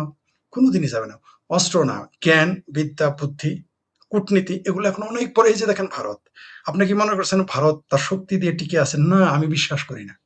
আমি জানি যে আপনি দেখেন তাদের অর্ধেক সৈন্য থাকে কাশ্মীরে, সবসময় থাকে। তাহলে সারা ভারত পাহারা দিচ্ছে মাত্র, দেখেন আপনি কাশ্মীরটা কতটুকু অঞ্চল, ছোট্ট একটা প্রদেশ, কিন্তু সারা ভারতে অর্ধেক সৈন্য। তার মানে কি বোঝা গেল? সৈন্য দিয়ে আপনি নিরাপত্তা দিতে পারবেন না। তাহলে তো আপনার কাশ্মীরে যদি 5 লাখ সৈন্য থাকে, তাহলে তো আপনার 35 লাখ সৈন্য লাগবে তো ভারতে। কিন্তু ভারত কি তা করে? না। আপনাকে সৈন্য, অস্ত্র এগুলো কখনো নিরাপত্তা দেয় না। যদি দিত, তাহলে বা আয়তন দিয়েও আপনি নিজেকে রক্ষা করতে পারবেন না। এখানে আপনার দেশের জনগণকে দেশপ্রেমিক বানাতে হবে, দেশের জনগণকে শিক্ষিত করতে হবে, কূটনীতিতে দক্ষ হতে হবে। এই যে আজকে ভারত, আপনি দেখেন এস জয়শঙ্কর, অজিত দোভাল, এরা কিন্তু কেউ রাজনীতিবিদ ছিলেন না। তারা দেখেন উঠে এসেছে রাজনীতিতে। কিভাবে ধীরে ধীরে উঠে এসেছে? কেন? কারণ তারা অসাধারণ কূটনীতিবিদ হয়ে উঠেছেন, যার জন্য এটা সম্ভব হয়েছে। এমনকি নরেন্দ্র মোদী, তাকে কেউ পছন্দ করুক না করুক, এরা কিন্তু কূটনীতিবিদ, যার জন্য তারা টিকে আছে, নইলে আপনি টিকতে পারবেন না। ভারতের নরেন্দ্র মোদী সরকার বিজেপির বিরুদ্ধে কোন দেশের বিরোধিতা করে না, কোন দলের বিরোধিতা করে না, কেন টিকে থাকে? কূটনীতির কারণে। এমনকি তার দেশকে বিদেশে উপস্থাপন করতে পারতেছে কূটনীতির কারণে। আপনার কূটনৈতিক শক্তি বাড়াতে হবে। আপনার যদি কূটনৈতিক শক্তি বাড়ানো থাকে তাহলে আপনাকে এয়ারপোর্টে গেলে পাসপোর্ট না থাকলেও আপনার উপদেষ্টাকে দুলাভাই ডেকে নিয়ে যাবে। আর আপনি পাসপোর্ট নিয়ে গিয়ে ঘেঁটি ধরে আপনাকে বের করে দেয়। কেন? কারণ আপনার কূটনীতিতে দুর্বল। অস্ত্র শক্তি দিয়ে যদি সব হতো তাহলে পাকিস্তান পৃথিবীতে সব মুসলমান রাষ্ট্রের চাইতে বেশি সম্মান পেত। কারণ তার আণবিক বোমা, পারমাণবিক বোমা রয়েছে। কিন্তু পাকিস্তান পৃথিবীতে তার পরিচিতি হচ্ছে ভিখারিস্তান। তো অস্ত্রই আপনাকে সবকিছু দিবে না, দিতে পারে না। কারণ বিদেশে বিদ্যান পূজ্যতে বিদেশে, বিদেশে আপনাকে আপনাকে আপনাকে অস্ত্র দিয়ে শক্তি দিয়ে কেউ আপনাকে পূজা করবে না। আমি যেখানে যাই আমাকে সেখানে কোনো রাজনীতিবিদ আমি নই, কোনো প্রখ্যাত কেউ না, কিন্তু বিদ্যার বুদ্ধির যখন, বুদ্ধিরও না বিদ্যার যখন সম্পর্কে জানে তখন আমাকে তারা কথা বলে, আমার সাথে আমাকে জায়গা দেয়। তারা তখন আমার সাথে আলোচনা করে। কূটনীতি এবং বিদ্যা এগুলো খুবই শক্তিশালী। অস্ত্র দিয়ে সবকিছু হবে না। তাহলে তো পৃথিবীতে পাকিস্তান, মুসলমান রাষ্ট্রের মধ্যে পাকিস্তানের দাম সবচেয়ে বেশি থাকতো। কিন্তু আমরা কি দেখি? বিগারিস্তান। এদেরকে কেউ পাত্তাই দেয় না ৫ পয়সা। তো এটা আমার মনে হয় আমার ভাবির পোলা যেটা বলেছে, এগুলো যে বাচ্চা পোলা আপনারা ছোটবেলা শিখছি না যে মারামারি করলে জিতা যাবে। আচ্ছা, এই যে যারা মাস্তান হয়, টেরর হয়, তাহলে তারাই তো সব এমপি হইতো। যদি অস্ত্রই শক্তিশালী হইতো তাহলে এমপি মন্ত্রী তো তারাই হইতো। কিন্তু কয়জন টেরোরিস্ট মন্ত্রী হইতো? টিকতে পারে তারা? পারে না। অস্ত্র দিয়েই সবকিছু হয় নাকি? জ্ঞান, বুদ্ধি, বিদ্যা এগুলো থাকতে হবে। আমার ভাবির পোলারা এগুলো অনুরোধের আসরের এমপি। এরা সালনাই কুত্তার নাম বাঘা। এরা কেসকি বান্দির পোলা থেকে সুলতান কা হয়ে গেছে অনুরোধের আসরের এমপি। তাই তারা নিজের বহু কিছু মনে করে বহু কিছু বলতেছে। এগুলো টিকবে না। আমি মনে করি বাংলাদেশকে যদি বিশ্বের মানচিত্রে নিজেদের বড় করতে চায় তাহলে তার বিজ্ঞান, মেধা, কূটনীতি, শিক্ষা এগিয়ে যেতে হবে। তাহলে আমরা মর্যাদা পাবো।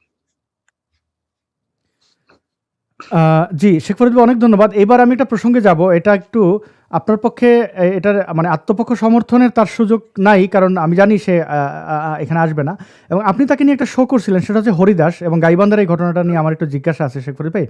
মানে আমি তো আমার অনেক দর্শক কালকে আমার একটা ভিডিওর পরে বলছে যে শেখ ফরিদ ভাই কী বলছেন, দেখেন নাই, তার ভিডিও দেখেন নাই। কথা হচ্ছে যে শেখ ফরিদ ভাই কী বলবেন, আমি কী বলবো, তার চেয়ে গুরুত্বপূর্ণ হচ্ছে যে আপনার বিবেক নেই, আপনি সত্য মিথ্যা কোনটা ঠিক কোনটা বেঠিক ইয়ে করবেন। তো এই যে ব্যক্তি তাকে নিয়ে শেখ ফরিদ ভাই একটা ইন্টারভিউ করেছেন শ্রী শ্রী রাধা গোবিন্দ এবং কালী টেম্পল নিয়ে। ইনি হচ্ছেন হরিদাস। তো হরিদাস তিনি এখানে পুরো ভিডিওটা আমি দেখেছি, লাইভটা দেখেছি শেখ ফরিদ ভাই, এবং সেখানে তিনি যে জিনিসটা জোর দিয়েছেন খুবই চিন্তার বিষয়। তিনি তারেক রহমানকে অনেক তেল মারছেন, ঠিক আছে, বাংলাদেশের প্রধান মাননীয় প্রধানমন্ত্রী তারেক রহমান স্যার, আচ্ছা ঠিক আছে বুঝলাম। কিন্তু যখন শেষের দিকে এসে একটা কথা কিন্তু বলছেন, আমি কিন্তু মানুষের দুই একটা কথা দিয়ে তারে করি। আমি আপনার এই লাইভটা না দেখলে কিন্তু তার নিয়ে আমি ভিডিওটা করতাম না। আমি তার ব্যাপারে অভিযোগ শুনছি, কিন্তু আমি এটা নিয়ে ঘাটাঘাটি করে বাইর করতাম না। হ্যাঁ হ্যাঁ, এখানে শেষে সে একটা কথা বলছে যে ভারতের বাবরি মসজিদের সাথে আমাদের কোনো সম্পর্ক নাই। ভারতের বাবরি মসজিদ মানে ভাবটা এমন, দেখেন ভারতের বাবরি মসজিদ, খেয়াল করেন শব্দটা, ভারতের বাবরি মসজিদ। ভারতের সুপ্রিম কোর্ট বলছে এইটা ছিল রাম মন্দির, এবং সেই মসজিদ ভেঙে রাম মন্দির করা হয়েছে। ভারতের আইন আদালত সম্পর্কে যারা জানবেন তারা খুব ভালো করে জানেন, কোনো মুসলিম ভারতের রাস্তায় নামে না এটার বিরুদ্ধে, মব করে নাই। কারণ আপনার সুপ্রিম কোর্ট ইন্ডিপেন্ডেন্ট, তারা সার্ভে করছে, তারা তদন্ত করে ওইটা ছিল রাম মন্দির। সেই রাম মন্দিরে সে কিন্তু বলতেছে বাবরি মসজিদ, মানে সেইটার পক্ষে না, সে বুঝাইতেছে ওইখানে অন্যায় হয়েছে, আমি কিন্তু এখানে ভালো করতেছি। ওর মধ্যে যে ইসলাম আছে ওইটা কিন্তু ওইখানে প্রমাণ। আমি বলবো এই হরিদাসকে, তার সাথে অনেক যোগাযোগ করার চেষ্টা করছি, বরং যার মাধ্যমে যোগাযোগ করার চেষ্টা করছে সে আমার অর্থের প্রলোভন দেখাইছে। মানে আপনি কিছু টাকা নিয়ে থাইমা যান ভাই। ইয়েস, আমি আপনার অফলাইনে বলবো ব্যক্তির নামটা। হ্যাঁ, আমি যোগাযোগ করছি তার কাছের লোক, যে আপনি কিছু টাকা নেন নিয়ে থাইমা যান, আমি এটা করবো না। আমার এখানে আরো মেজাজ খারাপ হয়। এই প্রস্তাব আমার হাসান মাহমুদও দিছিল, পরে ওরা একদম মানে হাদিরি ভাষায় ওইটা করে ফেলছি। তো যাই হোক, আমি একটা ভিডিও করছি এখানে, আমি এই ভিডিওটা দেখবেন শেষের দিকে, সে রাম মন্দিরকে ভারতের যে ওন করে না সে ওটা বাবরি মসজিদ বলে, সে কিসের রাম মূর্তি বানাবে এখানে? এইবার হচ্ছে যে হ্যাঁ, সে কিন্তু এখানে ডিজাইন করছে রাম মন্দিরকে, ভারতের রাম মন্দিরকে ডিজাইন করছে। এটা কিন্তু ভারতে হিন্দুদের একটা বড় জয়, কারণ একের পর এক তুমি দখল করে নেবা। হ্যাঁ, একের পর এক দখল করে নিয়া তুমি, মানে এইটা তো হইতে পারে না। মানে এটা ছিল হিন্দুদের ঘুরে দাঁড়ানো প্রথম কোনো কাজ, তো সেটাকে যে অন করে না। ৮০ বছরের মামলায় তারা এখানে উইন করেছে ভারতে। অদ্ভুত ব্যাপার, ভারত একটা হিন্দু রাষ্ট্র, তাদের একটা মন্দির ফিরে পেতে ৮০ বছর মামলা করতে হয়েছে, আর ৫০০ বছর চুপ থাকতে হয়েছে। অদ্ভুত ব্যাপার। তারা এরপরে জিনিসটা করছেন, জি, এরপরে এই ভিডিওতে এসে বারবার মুসলিম ভাইরা আমার সাথে আছে, মুসলিম ভাইরা। আমি এটা খুঁজলাম যে বাংলাদেশের কোনো মন্দিরে মুসলিম ভাইরা পাই না, এই মুসলিম ভাইরা কারা, খোঁজ নিলাম তার আশেপাশে। সে কিন্তু ওইখানে এক প্রকার আশ্রম করে রাখছে এবং তার সেখানে বেশিরভাগ হচ্ছে মুসলিম। সে মুসলিম বলয় তৈরি করছে, শিল্ড। এটা কাদের পরামর্শ? হ্যাঁ, শিল্ড। ওইখানে যে কোনো মুসলিম মব করতে পারবে, কারণ মুসলিমরাই যারা মারামারি করে তাদেরকে সে পয়সা দিয়া রাখে, এই দুস্থ মানুষজনের টাকা পয়সা দিয়ে, যারা যে দেবতা যে ফুলে তুষ্ট। ওইখানে বারবার সে মুসলিম ভাইদের বলছে। এইবার হচ্ছে তৌহিদ হোসেন, তার নাম তৌহিদ হোসেন, এটা আমার দাবি না, সমকাল। আমি কয়েকটা পত্রিকা দেখাই, সমকাল, আপনি বুঝলেন শেখ ফরিদ ভাই, বাংলাদেশ প্রতিদিনের বাংলাদেশ, ঢাকা পোস্ট, প্রথম আলো, বুঝলেন জিনিসটা শেখ ফরিদ ভাই, বাংলা ট্রিবিউন, এরপরে হচ্ছে jagonews24.com, চ্যানেল 24, ঢাকা টাইমস। এই পত্রিকাগুলো যারা জানেন সবাই তাকে নিয়ে, এইগুলো কিন্তু বিভিন্ন মালিকের, কোনো এজেন্ডা বাস্তবায়নের ব্যাপারটা এখানে না। আমি দেখেন এইখানে এই যে Paris swimming pool entertainment park নামের যে রিসোর্ট, সেই রিসোর্টটা সে 2019-এ কাজ শুরু করছে। সে আপনার ভিডিওতে বলছে, কিন্তু সে কিভাবে আমেরিকান এম্বাসিতে চাকরি করে রোহিঙ্গাদের খাবার দেওয়া নিয়ে সে বলছে যে ওইটা তার কপাল খুলে গেছে। তার মানে সে খাবারে এত টাকা আসে কি করে?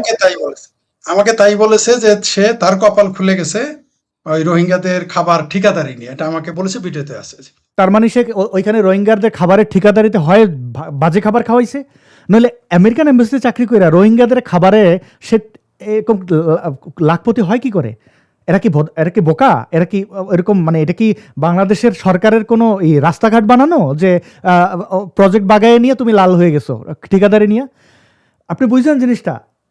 এইটা কিন্তু একটা, এরপরে আচ্ছা যাক, সে কিভাবে এত টাকার মালিক হয়েছে আমি জানি না, এটা নিয়ে আমার কোনো অসুবিধা নেই, কিন্তু তার ধান্দার জায়গাটা আমি বাইর করছি। দেখেন, খুবই উচ্চ মাধ্যমিক শেষ করেন, ইলেকট্রনিক বিষয়ে 2 বছরের বিশেষ প্রশিক্ষণ নেন হরিদাস পাল। এরপরে 2010 সালে ফিরে এসে ঢাকার উত্তরায় পুরনো এসি কেনা বাচ্চা। 2018 সালে সবজি বিক্রেতার বাসায় সাবলেট ওঠেন এবং পরের বছর ধর্মান্তরিত হয়ে তার মেয়েকে বিয়ে করেন। নাম পরিবর্তন করে হন তৌহিদ ইসলাম। ময়মনসিংহের ফুলবাড়িয়ায় কিছু জমি কিনে নিজেকে বিত্তশালী পরিচয় দিতেন। সবজি বিক্রেতার বাসায় সাবলেট উঠেছেন, তারপরে সেই সবজি বিক্রেতার মেয়েকে বিয়ে করছেন। স্বাভাবিকভাবে মুসলমান কাউকে বিয়ে করতে গেলে বলবে ধর্ম বদলাইতো, তার কাছে ধর্ম বদলানো আর গার্লফ্রেন্ড বদলানোর মতো আর কি, মানে খুব ইজি। আচ্ছা বুঝলাম, সমকাল এটা কনস্পিরেসি। বাংলাদেশ এবং পত্রিকায় লেখাগুলোর প্যাটার্ন আছে। আপনারা যদি ডিজিএফআই কোনো সবক ধরে দেয়, সবাই একই রকম লিখবে।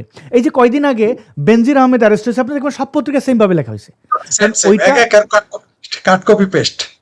হ্যাঁ, এইখানে কিন্তু আপনি দেখেন এই আর্টিকেলটা কিন্তু অনেক বড়। আমি তার পেছনে, আমি সাধারণত শেখ ফরিদ ভাই সহ কয়েকজনের লাইভ দেখি, যদি গুরুত্বপূর্ণ মনে হয়। আমি ওটা মনোযোগ দিয়ে দেখছি, দেখে আমি কিছু অংশ কেটেও রাখছিলাম। ওইটা আমি তার ব্যাপারে অন্য পরে এপিসোড আনতেছি। শেখ ফরিদ ভাই, আপনি তারে ওইখানে গ্লোরিফাই করেন নাই, আপনি তারে আবার ওইখানে অপমানও করেন না। আপনি তো সাংবাদিক না, আপনার কাজ না তারা চেপে ধরা। আপনি তার বক্তব্য শুনছেন, হ্যাঁ তার বক্তব্য শুনছেন, এবং আপনি কোথাও আর্গিউ করেন নাই। যে জায়গাগুলো আপনার পজিটিভ হয়েছে আপনি এটার প্রশংসা করছেন, খুবই প্রশংসা করছেন। আপনি যে রামের উদাহরণ দিচ্ছেন, যে প্রত্যেকটা জায়গায় হচ্ছে যে রাম আছে বাংলাদেশে, এটা সত্য। আমার এই উদাহরণটা খুব ভালো লাগছে। আমি মনে করলাম আমার গোপালগঞ্জের সেই কালীগঙ্গা নদী, কালীগঙ্গা আমার জীবনের সবচেয়ে সুন্দর নদী হচ্ছে কালীগঙ্গা, খরস্রোতা, এবং এটা হচ্ছে যে একমুখী, ওই যে জোয়ার ভাটা হয় না। তো এই কালীগঙ্গার পাড়ে বালি, মানে সেই নদীর পাড় কত সুন্দর। আমি বলি, এটা যারা গোপালগঞ্জের আছেন বুঝবেন। টেকেরহাট থেকে গোপালগঞ্জের দিকে যে রাস্তাটা গেছে, আপনি কিছু দূর যাওয়ার পরে পাবেন খাদ্য গুদাম, এরপরে পাবেন স্লুইস গেট। ওই স্লুইস গেটটাই আমাদের বাড়ি, মাতব্বর বাড়ি, ওইখানে স্কুল আমাদের জমিতে, এবং আনফর্চুনেটলি মসজিদ আমাদের জমিতে। তো এর রাস্তাটা ক্রস করলে হচ্ছে নদী, মানে রাস্তার এই পারে স্লুইস গেটের পাশ ধরে পুরো ওই এরিয়াটা আমার দাদা মাতব্বর, মানে বংশের টাইটেলে মাতব্বর, আফতাবউদ্দিন মাতব্বর আমার বাবার দাদার নাম। আমি আবার ওই আমেরিকার ওই হিন্দুত্ববাদী সন্ত্রাসীর মতো গুপ্ত না, কোনো কিছু গোপন নাই। তো ওই রাস্তাটা ক্রস করলেই আমাদের নদী, এবং পুরোটা হচ্ছে বালি। ওই নদীর সাঁতরে আমরা ওই পারে যাইতাম, অর্থাৎ সেন্দিয়া ঘাট। যাই হোক, আমরা আমার গ্রামের নাম হচ্ছে গঙ্গারামপুর। আর আমাদের এলাকায় আমাদের মৌজার নাম হচ্ছে শিমলা গোপীনাথ, এলাকার নাম শিমলা বাজার, আর পাশেই হচ্ছে রামনগর বাজার। সেটাকে এখন আরামনগর লিখে, যেখানে মাদ্রাসা হয়। আপনি জানেন যে সেখানে তারা প্রথমেই আগে তার সংস্কৃতি নষ্ট করে ফেলে, নাম ধ্বংস করে ফেলে। তাই ওখানে যে তালিয়া মাদ্রাসা আছে, ওই রামনগর বাজারকে তারা আরামনগর বলে এখন, ঠিক আছে, বা আমাদের বলতে বাধ্য করে, বা মানুষ বাধ্য। কারণ যেখানে সংখ্যাগরিষ্ঠ, আপনি জানেনই তো যে 100 পরিবার যদি থাকে, একটা লোক যদি 2টা লোক মুসলমান থাকে, জমি যদি 5-7 কিনে লিখে ফেলে হাজিবাড়ি, এটা তো আপনি জানেন, বা মুন্সিবাড়ি। যদি হজ না করে তাহলে লিখবে মুন্সিবাড়ি, আর হজ বা মোল্লাবাড়ি, আর হজ করলে হাজিবাড়ি লিখে ফেলবে, দখল করে ফেলবে। তো এরকম আমাদের রামনগরটা হয়ে গেছে আরামনগর। আবার আমাদের পাশের গ্রামে হচ্ছে রামকৃষ্ণপুর, রামদিয়ার, এরকম নাম থাকে, রামনগর, কৃষ্ণপুর, বহু জায়গায় সারা বাংলাদেশে আসলে রাম আছে এবং থাকবে, এটা স্বাভাবিক। ভারতবর্ষে রাম থাকবে না? রাম কি গিয়ে সৌদি আরব থাকবে? রাম কি আমেরিকাতে থাকবে? রাম তো ভারতবর্ষে থাকতেই পারে। আর আমি তাকে নিয়ে এসেছি। আমি, অনেকে আমাকে বলেছিল যে তাকে যেন নিয়ে আসি। আপনি জানেন যে আমি সলো প্রোগ্রাম করি, কাউকে নিয়ে আসি না আমার প্রোগ্রামে, আপনি জানেন, সবাই জানে। এই হুম। প্রথম তাকে এনেছি এবং সেটাও আমি বলেছি, প্রথম তাকে এনেছি। মানুষ তাকে প্রশ্ন করেছে, আমি দেখেন তার সমালোচনা করলো, সেটা তুলে ধরেছি, তাকে কৈফিয়ত দেওয়ার সুযোগ দিয়েছি আমি। কারণ আমি চাই যে মানুষ তার সম্পর্কে জানুক, শেখ চিনেন না, ফরিদ ভাই, যাতে তিনিও বলেন। হুম। আপনার ব্যাপারে আমার কোনো অভিযোগ নাই। দর্শক যারা কনফিউজ তারা বলবো শেখ ফরিদ ভাইয়ের ওই লাইভটা দেখবেন। আমি একটা ভিডিও করছি, সামনে একটা করব, এটা হবে মানে ওর জন্য ওই গোবিন্দ প্রামাণিক যেরকম আপনারা আগে আমার এই গোবিন্দরের সমালোচনা করার পরে বলতেন না আপনি এই করতেছেন, এখন গোবিন্দরে তো আপনারা চেনেন, কারণ এটার কিছু বলার নাই। হ্যাঁ, রাইট। আমিও প্রথমে আপনার সমালোচনা করছি গোবিন্দ প্রামাণিকের সময়, পরে আমি নিজেও সমালোচনা করা শুরু করেছিলাম গোবিন্দ প্রামাণিক। রাইট, আপনার সত্য, এটা সত্য। শুরুতে তো আপনি যখন গোবিন্দ প্রামাণিককে নিয়ে সমালোচনা করেন, তখন আমিও বলতাম যে মনে হয় না লোকটা এরকম না, কিন্তু আপনি দেখলাম আপনি রাইট। পরে তো আমি নিজেও সমালোচনা শুরু করেছি গোবিন্দ প্রামাণিকের। এখন আবার গোবিন্দ প্রামাণিক কিন্তু ইউটার্ন নিয়েছে, জানেন তো, একটু ইউটার্ন নিয়েছে। আমার সাথে নারীর সম্পত্তি দেবে না এটা নিয়ে এই করছিল। আমি যখন তারা যোগাযোগ করছি, আমার এক প্রকার অফলাইনে আমার সাথে যে কি মিষ্টি সে ব্যবহার করছে, আসাদ ভাই আপনি এত ভালো কাজ করতেছেন, এই করতেছেন, অনেক কৃতজ্ঞ। শোতে যেয়ে কিন্তু শেষ ঠিকই কয়েকজন প্রথিতযশা ব্যক্তিদের সামনে, যেমন হিন্দু লাইভস ম্যাটার প্রদীপ দা, অত্যন্ত শিক্ষিত মানুষ, মার্জিত মানুষ, সে ওই নারীর অধিকারের পক্ষে ছিল, তারে অ্যাটাক করছে। পুলক ঘটক তাকে অ্যাটাক করছে। আচ্ছা, এইবার আমরা একটু এরে ফিরি। এই যে হরিদাস, তার সাথে আমার কোনো ইয়া নাই। আমি তাকে এখনো বলি, দর্শক যারা আপনার তার ভক্ত আছেন তাকে বলবেন আমার শোতে যেন আসে। আমি তারে প্রস্তাব দিয়েছিলাম আমার জায়গা মতো করে, কিন্তু সে আমারে সে দেয় নাই। তার যার মাধ্যমে যোগাযোগ, সে আমার টাকার প্রস্তাব দিছে। পৃথিবীর কেউ নাই যে বিক্রি হয় না। আমারে কিনতে গেলে এমন এক্সপেন্সিভ, ওটা ওই হরিদাস বেয়ার করতে পারবে না। মানে আমি যদি কখনো বিক্রি হয় আপনাদের মুখ দেখাবো না, এটা হচ্ছে আমার সোজা সাপটা কথা। নইলে তো এই যে আইপিটিভির জন্য বলতাম না যে আপনারা ক্রাউড ফান্ডিং ওপেন থাকবে, যে কত টাকা উঠছে, ওপেন হইলে এটা টাকা উঠলে এটা খুলবো, নইলে সবার টাকা যার যার রিটার্ন ক্যান্সেল, মানে আমি এটা রিসিভই করবো না। কারণ তো এখন এটা তো ভাই গোপনে আওয়ামী লীগের কোনো লোকরে বললো এরকম 30-40 হাজার ডলার ওটা দিয়ে দেবে, আমি এরকম লোক আছে। কিন্তু আমি ইশতেহার নামক একটা চ্যানেলে ছিলাম, ওইখান থেকে বিদ্রোহ করে বাইরে এসে শুধুমাত্র টাকা খেয়েছিল বইলা। এনিওয়ে, আপনাকে শুধু আওয়ামী লীগ না, আপনাকে সাধারণ মানুষরা 30-40 হাজার না, আপনারে হাজার হাজার লাখ লাখ ডলার দিবে, কোনো সন্দেহ নেই। আমি টাকাটা শেখ তো আমাকে ফরিদ, দেওয়া না শেখ ফরিদ ভাই, এটা হচ্ছে যে যারা আমাদের হোস্ট করবে প্রত্যেকের ক্যামেরা লাগবে। আমার যে সেটআপ, এই সেটআপে হইতে হবে, কারণ আমাদের ভিডিওগুলো দেখবে পশ্চিমারা। এখন যদি এখানে লামসাম যদুমধু করে দেখে ওরা শুনবে না। ভালো সাউন্ড হইতে হবে, অডিও কোয়ালিটি ভালো হইতে হবে, লাইট ঠিক মতো, এগুলো প্রত্যেকটা সেটআপ এক্সপেন্সিভ। পার সেটআপই প্রায় 5 লাখ টাকার মতো বাংলাদেশে যাবে। তাহলে এখন 6 জন হোস্ট হলে এখানে তো 5-6 30 লাখ। এখন 30 লাখ। বলতে পারেন যে এগুলোর কি দরকার, একজন দিয়েই তো হয়। হ্যাঁ, আমি একাই যথেষ্ট, আমি প্রতিদিন 2টা ভিডিও করতে পারবো, কিন্তু একা যে জিনিসটা নারীর করা উচিত, যে জিনিসটা হিন্দু ব্যক্তির এসে করা উচিত, যে জিনিসটা পাহাড়ি আদিবাসী করা উচিত, ওইটা আমার দিয়ে হবে না। আমি হ্যাঁ, তো এবং আমার অনেক জায়গায় আমার বিতর্কগুলো ধীরে ধীরে শেষ হয়ে যাচ্ছে, ইসলাম কেন্দ্রিক বা অন্য যেগুলো আছে। কিন্তু মানুষের বয়স বাড়ে, মানুষ মার্জিত হয়, তো কিছু জিনিস সময়ের সাথে সাথে ছেড়ে দিতে হয়। তো সেগুলোতে আমি একটু ফিরি। হরিদাসের সাথে আমার কোনো দুশ্মন, কোনো শত্রুতা নেই। আমি তাকে না, তার আমন্ত্রণ সাথে জানাই, সেজন্য আমার এখানে এসে আমার এই প্রশ্নগুলো জি উত্তর দেয়, বুঝতে পারছি।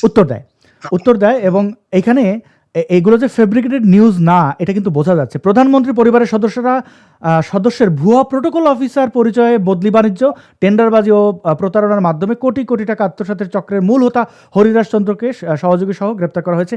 এইখানে আপনি এই অফিসারকে চেনেন, র্যাবের এই অফিসার কিন্তু খুবই তুখর, এবং তার বিভিন্ন সময় তার বক্তব্য শুনলে বুঝবেন। তো এইখানে ডিটেল আছে, আপনারা পড়বেন। হরিদাস চন্দ্র নিয়ে সার্চ করলে আপনারা প্রচুর নিউজ পাবেন। প্রথম আলো কিন্তু আওয়ামী লীগের ন্যারেটিভ চাপাইয়া দেওয়া, আওয়ামী লীগ ক্ষমতা থাকতে করে নাই। তো তারা কিন্তু প্রধানমন্ত্রী পরিবারের প্রোটোকল অফিসার পরিচয়ে প্রতারণা গ্রেপ্তার 2, এরা প্রথম আলো কোনো রিপোর্ট করতে গেলে ডিটেল অনুসন্ধান করে। আমার বাড়িতে যখন হাসান মাহমুদ হামলা করছিল, তখন কেউ নিউজ করতে সাহস পায় না, বিবিসি আর প্রথম আলো করছে। এবং প্রথম আলো কীভাবে আমার মুখের কথা শুনেই লিখে ফেলে নাই, আমি তাদের ইনভেস্টিগেশন দেখছি। এবং আমি নিজেও, আপনারা তো অনলাইনে অনেক কিছু দেখেন, বাংলাদেশের এমন কোনো প্রথিতযশা সাংবাদিক শিল্পী নাই যাদের সাথে আমাদের যোগাযোগ বা বন্ধুত্বপূর্ণ সম্পর্ক নাই। ওই হরিদাস ভাবতে পারে যে আমি কেমনে কত কিছু জানি। পত্রিকা যেগুলো ছাপাইতে পারে না, ওগুলো আমরা বলি, আমরা ছাপাই, আমরা লিখি। বিহাইন্ড দ্য স্ক্রিনে যা আছে ওইটা বলার জন্যই তো আমরা, স্ক্রিনে যা আছে সবাই জানে। এই বিশ্বাস স্থাপন করছি, জীবনে কোনোদিন কারো কল রেকর্ড করিনি, এই কারো প্রাইভেসি নষ্ট করিনি। আপনাকে এই জন্য আমি ছোট হলো আপনাকে শ্রদ্ধা করি।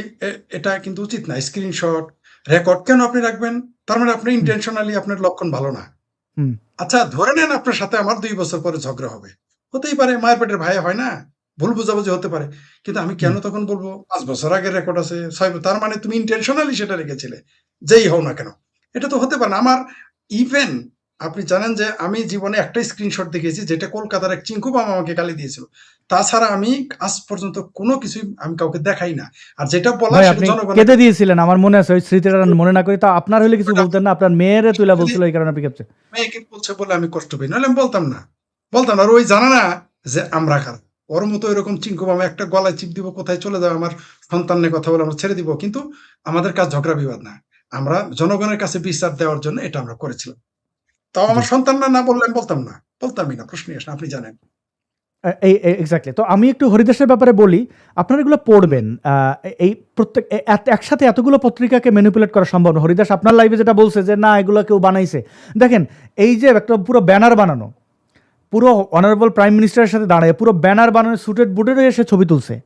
এইটা কিন্তু কেউ যেই সেই ফটোশপ করলে, এটা কিন্তু ওই যে কিছু হইলেই ওই যে আহসানাবি পেয়ার বলছে না, ধরা পাওয়ার পরে এগুলো এডিট করা যায়।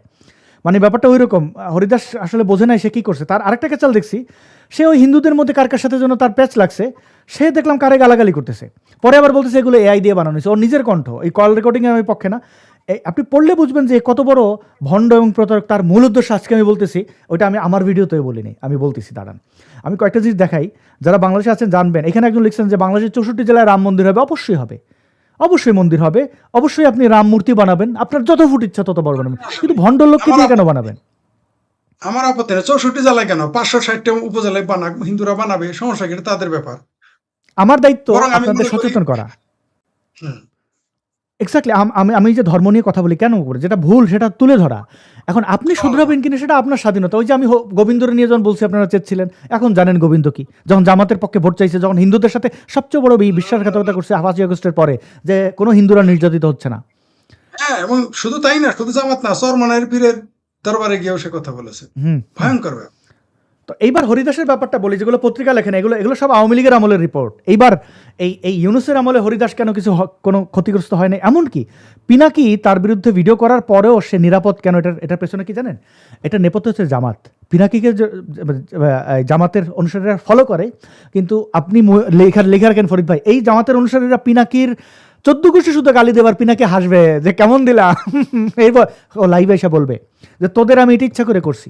কারণ জামাতের বিরুদ্ধে যে ওর যে ঘৃণা, আমি নিজে গণজাগরণে পিনাকিরে দেখছি, আমি নিজে ওর ক্ষোভ দেখছি। পিনাকি সবচেয়ে বেশি ঘৃণা করতো জামাত, আর সে এখন জামাতের অলি, জিন্দা অলি। তো ও তো এই জামাত যে স্ট্র্যাটেজিতে খেলতেছে, ও জামাতের স্ট্র্যাটেজিতেই খেলতেছে। এই যে গোবিন্দরে অনেক দিন ধরে তৈরি করছে, অনেক কথা বলাইছে যে আমি অখণ্ড ভারত চাই, বাংলাদেশ ভারতের জুড়ে। কেউ ওর বিরুদ্ধে কিন্তু দেশদ্রোহিতা মামলা দেয় না। মামলা দিয়েছে কার বিরুদ্ধে? চিন্ময় কৃষ্ণ দাস। চিন্তা করেন, সেই পতাকার ধারে গেছেও না, পতাকার ধারে গেছেও না, জানেও না, আর পতাকাটা অবমাননা হয়নি 2টা কাটিতে। কিন্তু দেখেন সে কিন্তু দেশদ্রোহিতার চূড়ান্ত পার করছে। গোবিন্দ প্রামাণিক মানুষকে শপথ করাইছে আমরা নরেন্দ্র মোদীর জন্য কাজ করবো, ভারতের স্বার্থে কাজ করবো, বাংলাদেশে বৈশা। এই ভিডিও আছে। পিনাকি তার বিরুদ্ধে একের পর এক ভিডিওগুলো, হ্যাঁ, শপথ করেছে গোবিন্দ প্রামাণিক। আমি দেখাচ্ছি একটু পরে। গোবিন্দ প্রামাণিক অখণ্ড ভারতের জন্য শপথ করেছে, এই ভিডিও সব জায়গায় আছে। তো তার বিরুদ্ধে এরে জামাতিরা কিছু বলে না কেন? গোবিন্দ প্রামাণিক সে তো জামাতের লোক ভাই, কাম অন, তারা তো জামাত বানাইছে। তো এরপরে দেখেন এই কৃষ্ণনন্দী, ইয়েস, হিন্দুরা না খুব সরল। যখন কোনো হিন্দু ব্যক্তি দেখে, পিনাকি কালকে এসে যদি বলে যে আমি এগুলো আসলে হিন্দুদের স্বার্থে বলছি পিনাকিরে, কিন্তু পিনাকি তো ক্ষতি করছে, যে কোনো স্বার্থে করুক। 32 ভাঙাইছে পিনাকি, 32 শুধু পিনাকি 32 ভাঙায় না, পিনাকি আমার ঘর ভাঙছে। এটা 32 আমার ঘর, এই 32-এর মাটি ইট আমার। তো আমি একটা দেখাচ্ছি। এবার হচ্ছে আমি হরিদাসের ব্যাপারটা জানি। হরিদাসকে যখন আওয়ামী লীগের আমলে জামাতকে এক প্রকার আর্থিক ভেঙে দেওয়ার চেষ্টা করছে, তখন তারা ব্ল্যাক মানিগুলো এই বিভিন্ন জায়গায় এই হরিদাসদের মাধ্যমে এখন ওয়াইড করতেছে। কারণ ওইটা কিন্তু শুধু সবাই দেখতেছে রাম মূর্তি হয়েছে 81 ফুট, এইটাই তোর সাইনবোর্ড। পিকে সিনেমায় দেখেন নাই যখন মাইর খেতে যায় এখানে দেবীর ছবি আনে? এই কলকাতা দেখতেছে হিন্দুত্ববাদীরা ওই বিভিন্ন দেয়াল থেকে ভগবানের ছবিগুলো ভাঙতেছে, কারণ মানুষ যেখানে প্রস্রাব করে ওইখানে ভগবানের ছবি থাকলে প্রস্রাব করে না। বাংলাদেশে এটা কিন্তু হয়েছিল, আরবিতে লেগে দিচ্ছে এখানে প্রস্রাব করবেন না, যে আরবি ভাষাতে। এইটা তোর সাইনবোর্ড। আরে এই রাম মূর্তি দেখে তো আপনি এখানে আসবেন, ওটা বানিয়েছে বিনোদন সেন্টার, ওইখানে সুইমিং পুল আছে, এই সেই, ওইখানে দর্শনার্থীরা যাবে। ও বারবার আপনার লাইভে বলছে বিদেশিরা আসবে কেন, বিদেশিরা রাম মূর্তি দেখতে আসবে কেন? তারা নিজের চার্চেই যায় না, তারা নিজের চার্চে যায় না। আরে এই এই অযোধ্যায় ওই আসনে বিজেপি পাশ করে নাই, রাম রাম মন্দির এত করে বড় বানাইলো, সেইখানে বিদেশিরা যাবে না, হিন্দুরা যাবে। রাইট, ভয়াবহ রকম ওর ফিল করেছে, টার্গেট কিন্তু ভয়াবহ। বিদেশিরা আসবে, মানে ডলার। এই যে টাকাটা ওর এখানে তো ডোনেশন ছাড়া, মসজিদ মন্দিরে প্রচুর ডোনেশন, এই ডোনেশনটা তো হোয়াইট মানি, চ্যারিটির টাকা, আপনি কিছু বলতে পারবেন না। তাহলে ব্ল্যাক মানি দিয়ে মন্দির তৈরি করা হইলো, হোয়াইট মানিটা পকেটে ঢুকে গেল। মানে যখন এখন না এসে সরকার বলছে ব্ল্যাক মানি কোনো ইয়ে ছাড়া হোয়াইট করা যাবে, এটা তো আর, সে যখন এই প্রজেক্টে হাত দিছে, সে হাসপাতাল বানাবে, অনেক কিছু বানাবে। দেখেন এগুলো সব কিন্তু কমার্শিয়াল প্রতিষ্ঠান। গৌতম বুদ্ধ রাজার আসন থেকে চলে গেছে জঙ্গলে। এই যে যারা ব্রহ্মচারী, তারা কি করে, তারা মানে তারা দেখেন এক কাপড়ে থাকে। হ্যাঁ হ্যাঁ, সে কমার্শিয়াল চিন্তা করতেছে। দেখেন প্রত্যেকটা চিন্তা তার কমার্শিয়াল, মানে হচ্ছে ধান্দা। আচ্ছা, ধর্মের নামে তো ধান্দা করা সহজ। এই যে বাংলাদেশে মোল্লা মুন্সিরা এত এত বদমাশি করে যাওয়ার পরে তারা রক্ষা পায়, কারণ ধর্মের নামে। এই ক্ষতি হিন্দুদের হইল কি হইল না, এটা থেকে তার কিছু যায় আসে না, এটা তার উদ্দেশ্য। আমি এটা প্রমাণ করবো। এবং হরিদাসকে আমি বলে রাখি, যদি হরিদাস আপনার তো এত হ্যাডাম, আপনি তো মুখ দেখায় বলছেন যে আপনি আসেন আমার লাইভে, আপনি যেদিন বলবেন ওই দিন, এবং আমি আপনাকে কয়েকটা প্রশ্ন করবো, আপনি যদি সেগুলো উত্তর দিতে পারেন, আমি আপনার মন্দিরের ব্যাপারে প্রমোট করব, যে আপনারা মন্দির এটা ইয়া। আমি কোনো সার্টিফিকেট দেওয়ার লোক না, কিন্তু ভাইরে, এই উপত্যকায় হিন্দুরা নির্যাতিত, তাদের অধিকার নিয়ে আপনি ছিনিমিনি খেলবেন। যদি এখানে বাঁধ ভেঙে গেছে, পানি ঢুকতেছে, তাহলে আমি বাদ দিতেছি, আমি একজন ওয়ারিয়র, এখানে আমি বাদ দিতেছি গ্রামবাসীকে রক্ষার জন্য। হিন্দুরা আমার ভাই বোন, মুসলিমরা আমার ভাই বোন, কিন্তু তারা এখানে ভালনারেবল। হিন্দুরা শুধু নির্যাতিত নয়, তারা নিপীড়িত এবং নির্বাসিত। অখণ্ড ভারত চাইবে গোবিন্দ, আর সেটা দেখাইয়া আমার দেশের চায় গোবিন্দ, আমার দেশের মানুষকে হিন্দুদের নির্যাতন করবে, আমি তো এটা হইতে দেবো না। আমি তো পূর্ণিমা রানী শীল আরেকটা ঘটনা দেখতে চাই শেখ বলবো, আমি দেখাচ্ছি গোবিন্দ কি বলেছে। প্রামাণিক এই যে এই সিচুয়েশনে, এই যে এখন ভারতের সাথে সেভেন সিস্টার্স কত কিছু চলতেছে ভাই, এই সময় যে এই লোকটা, এই যে মন্দির, এটা কিন্তু হিন্দুদের বড় ক্ষতি করবে। এটা আমি এখন বুঝাইতে পারতেছি না। আমি আপনাকে ওইটা যে আমি জাস্ট কনসার্ন যে এটা কি হবে। এখন আমি দেখাই, শেখ ফরিদ ভাই আপনি দেখেন গোবিন্দ কত বড় খারাপ। সে এইখানে কি বলে শোনেন। আমি অখণ্ড ভারত থেকে পাই, বাংলাদেশ বলি আমি ভারতের মধ্যে চাই না, না অখণ্ড ভারত থেকে অসুবিধা নেই, এটা তো অখণ্ড ভারত ছিল, এটা তো অখণ্ড ভারতের মধ্যে। আপনি আরব দেশ থেকে এসে এই দেশটা ইসলামী রাষ্ট্র বানাইবেন। অখণ্ড ভারত সে চায়, তার চুক্তি অন্য জিনিস, কিন্তু যে জিনিস আলাদা হয়। এখন যদি কেউ অখণ্ড পাকিস্তান চায়, আমরা কি তার কি বলবো? এই দেশ তো পাকিস্তান ছিলই, তার যুক্তি অনুযায়ী এই দেশ তো পাকিস্তান ছিলই। এইটা হচ্ছে চূড়ান্ত একটা গোষ্ঠীকে, আপনি বুঝতে পারছেন শেখ ফরিদ ভাই, যে কোথায় ফালাই দিতেছে। আমি আবার তার শপথটা দেখাই, এটা খুবই অ্যালার্মিং। আপনি জানতেন না, চিন্তা করেন, এবার শোনেন। জানতাম না। চাই না এই জায়গা যেন আগামী দিনে অখণ্ড ভারতের একটা অংশ হতে পারে। হ্যালো, আপনারা সবাই কেমন আছেন? আমরা এখন দেখবো গোবিন্দ প্রামাণিক আমাদের বাংলাদেশ নিয়ে কি ষড়যন্ত্র। আচ্ছা, এগুলো রিলস তো একটু প্রবলেম হচ্ছে, প্রিয় দর্শক একটু ক্ষমা করবেন। আমি দেখাই, এইটা পুরো ভিডিও, এটা দেখেন। এবং বাংলাদেশের রোগীদের বিনা পয়সায় যাতে চিকিৎসা পেতে পারে, যদিও আলাদা একটি দেশ, সেই দেশের নির্বাচন হচ্ছে।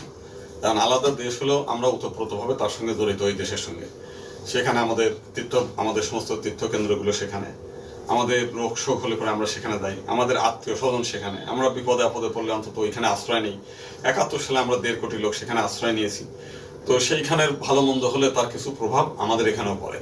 আজকে বাইরে যদি শীতকাল হয়, বাইরে যদি শীত পড়ে, সেই শীত যতই আমরা এয়ারটাইট ঘরে আমরা থাকি না কেন, কিছু ঠান্ডা আমাদের ঘরে ঢুকবে।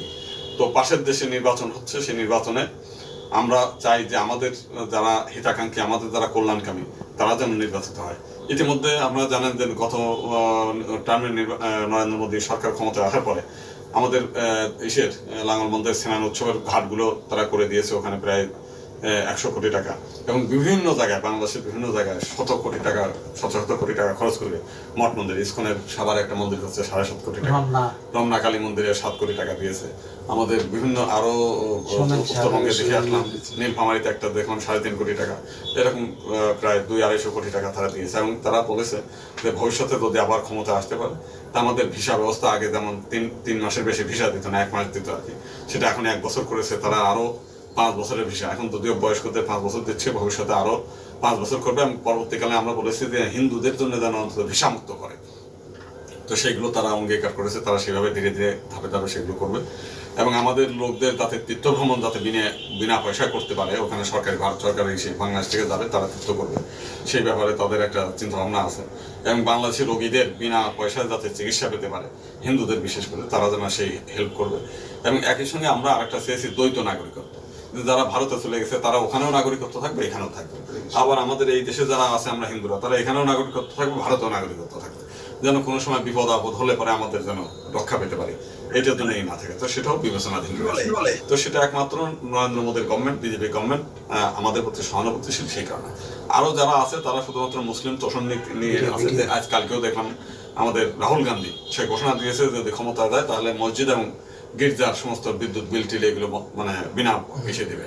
আবার তীর্থ কর নেবে, হিন্দুরা যেখানে যাবে তীর্থ করতে হবে, হিন্দুদের ট্যাক্স দিতে হবে। তো সেই করা তো ঘরের মধ্যে কীর্তন করা যায় না, পুলিশ ধরে নিতে যেত। সেখানে গতকাল দেখলাম যে ওখানে মন্দির উদ্বোধনের জন্য আরবের শেখরা এসে করতেছে, সেখানে জমি দিচ্ছে, রাশিয়া জমি দিচ্ছে। তো সারা পৃথিবীতে একটা হিন্দুত্বের গণজাগরণ হচ্ছে। এই ভূমি আমাদের বর্তমান যে বাংলা ভূমি, এই বাংলা একটা পবিত্র ভূমি।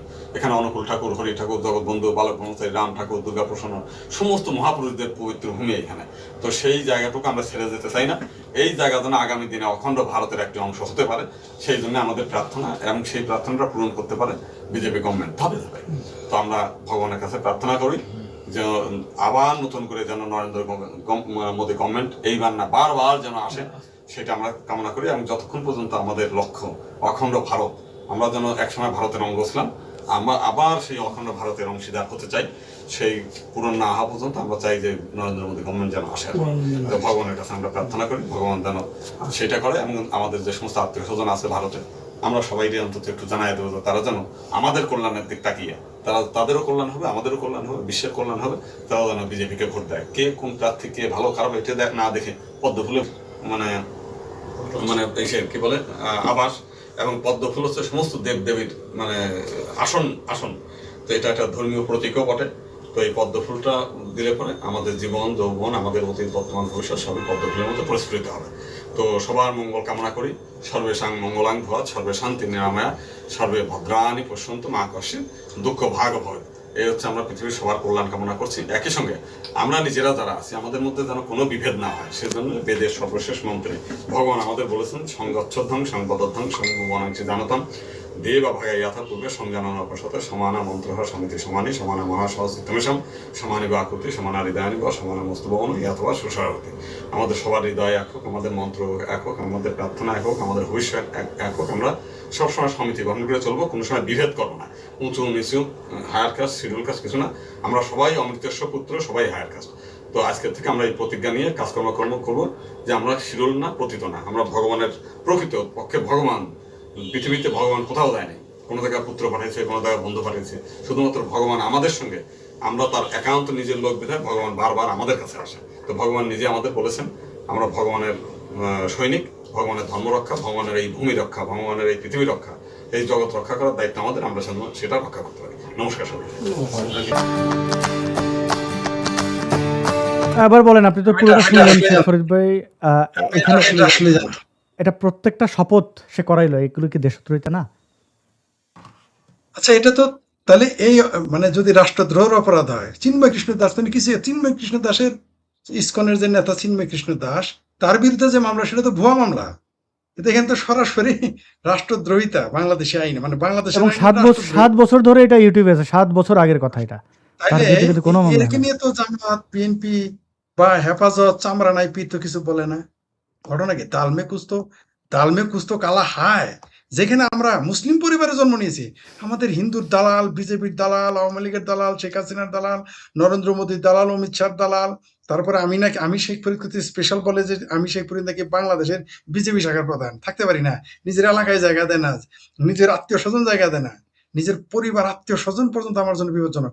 আর এতবার একটা কথা বলার পর এটা আসলে আমি জানতাম না যে তিনি অখণ্ড ভারত চান।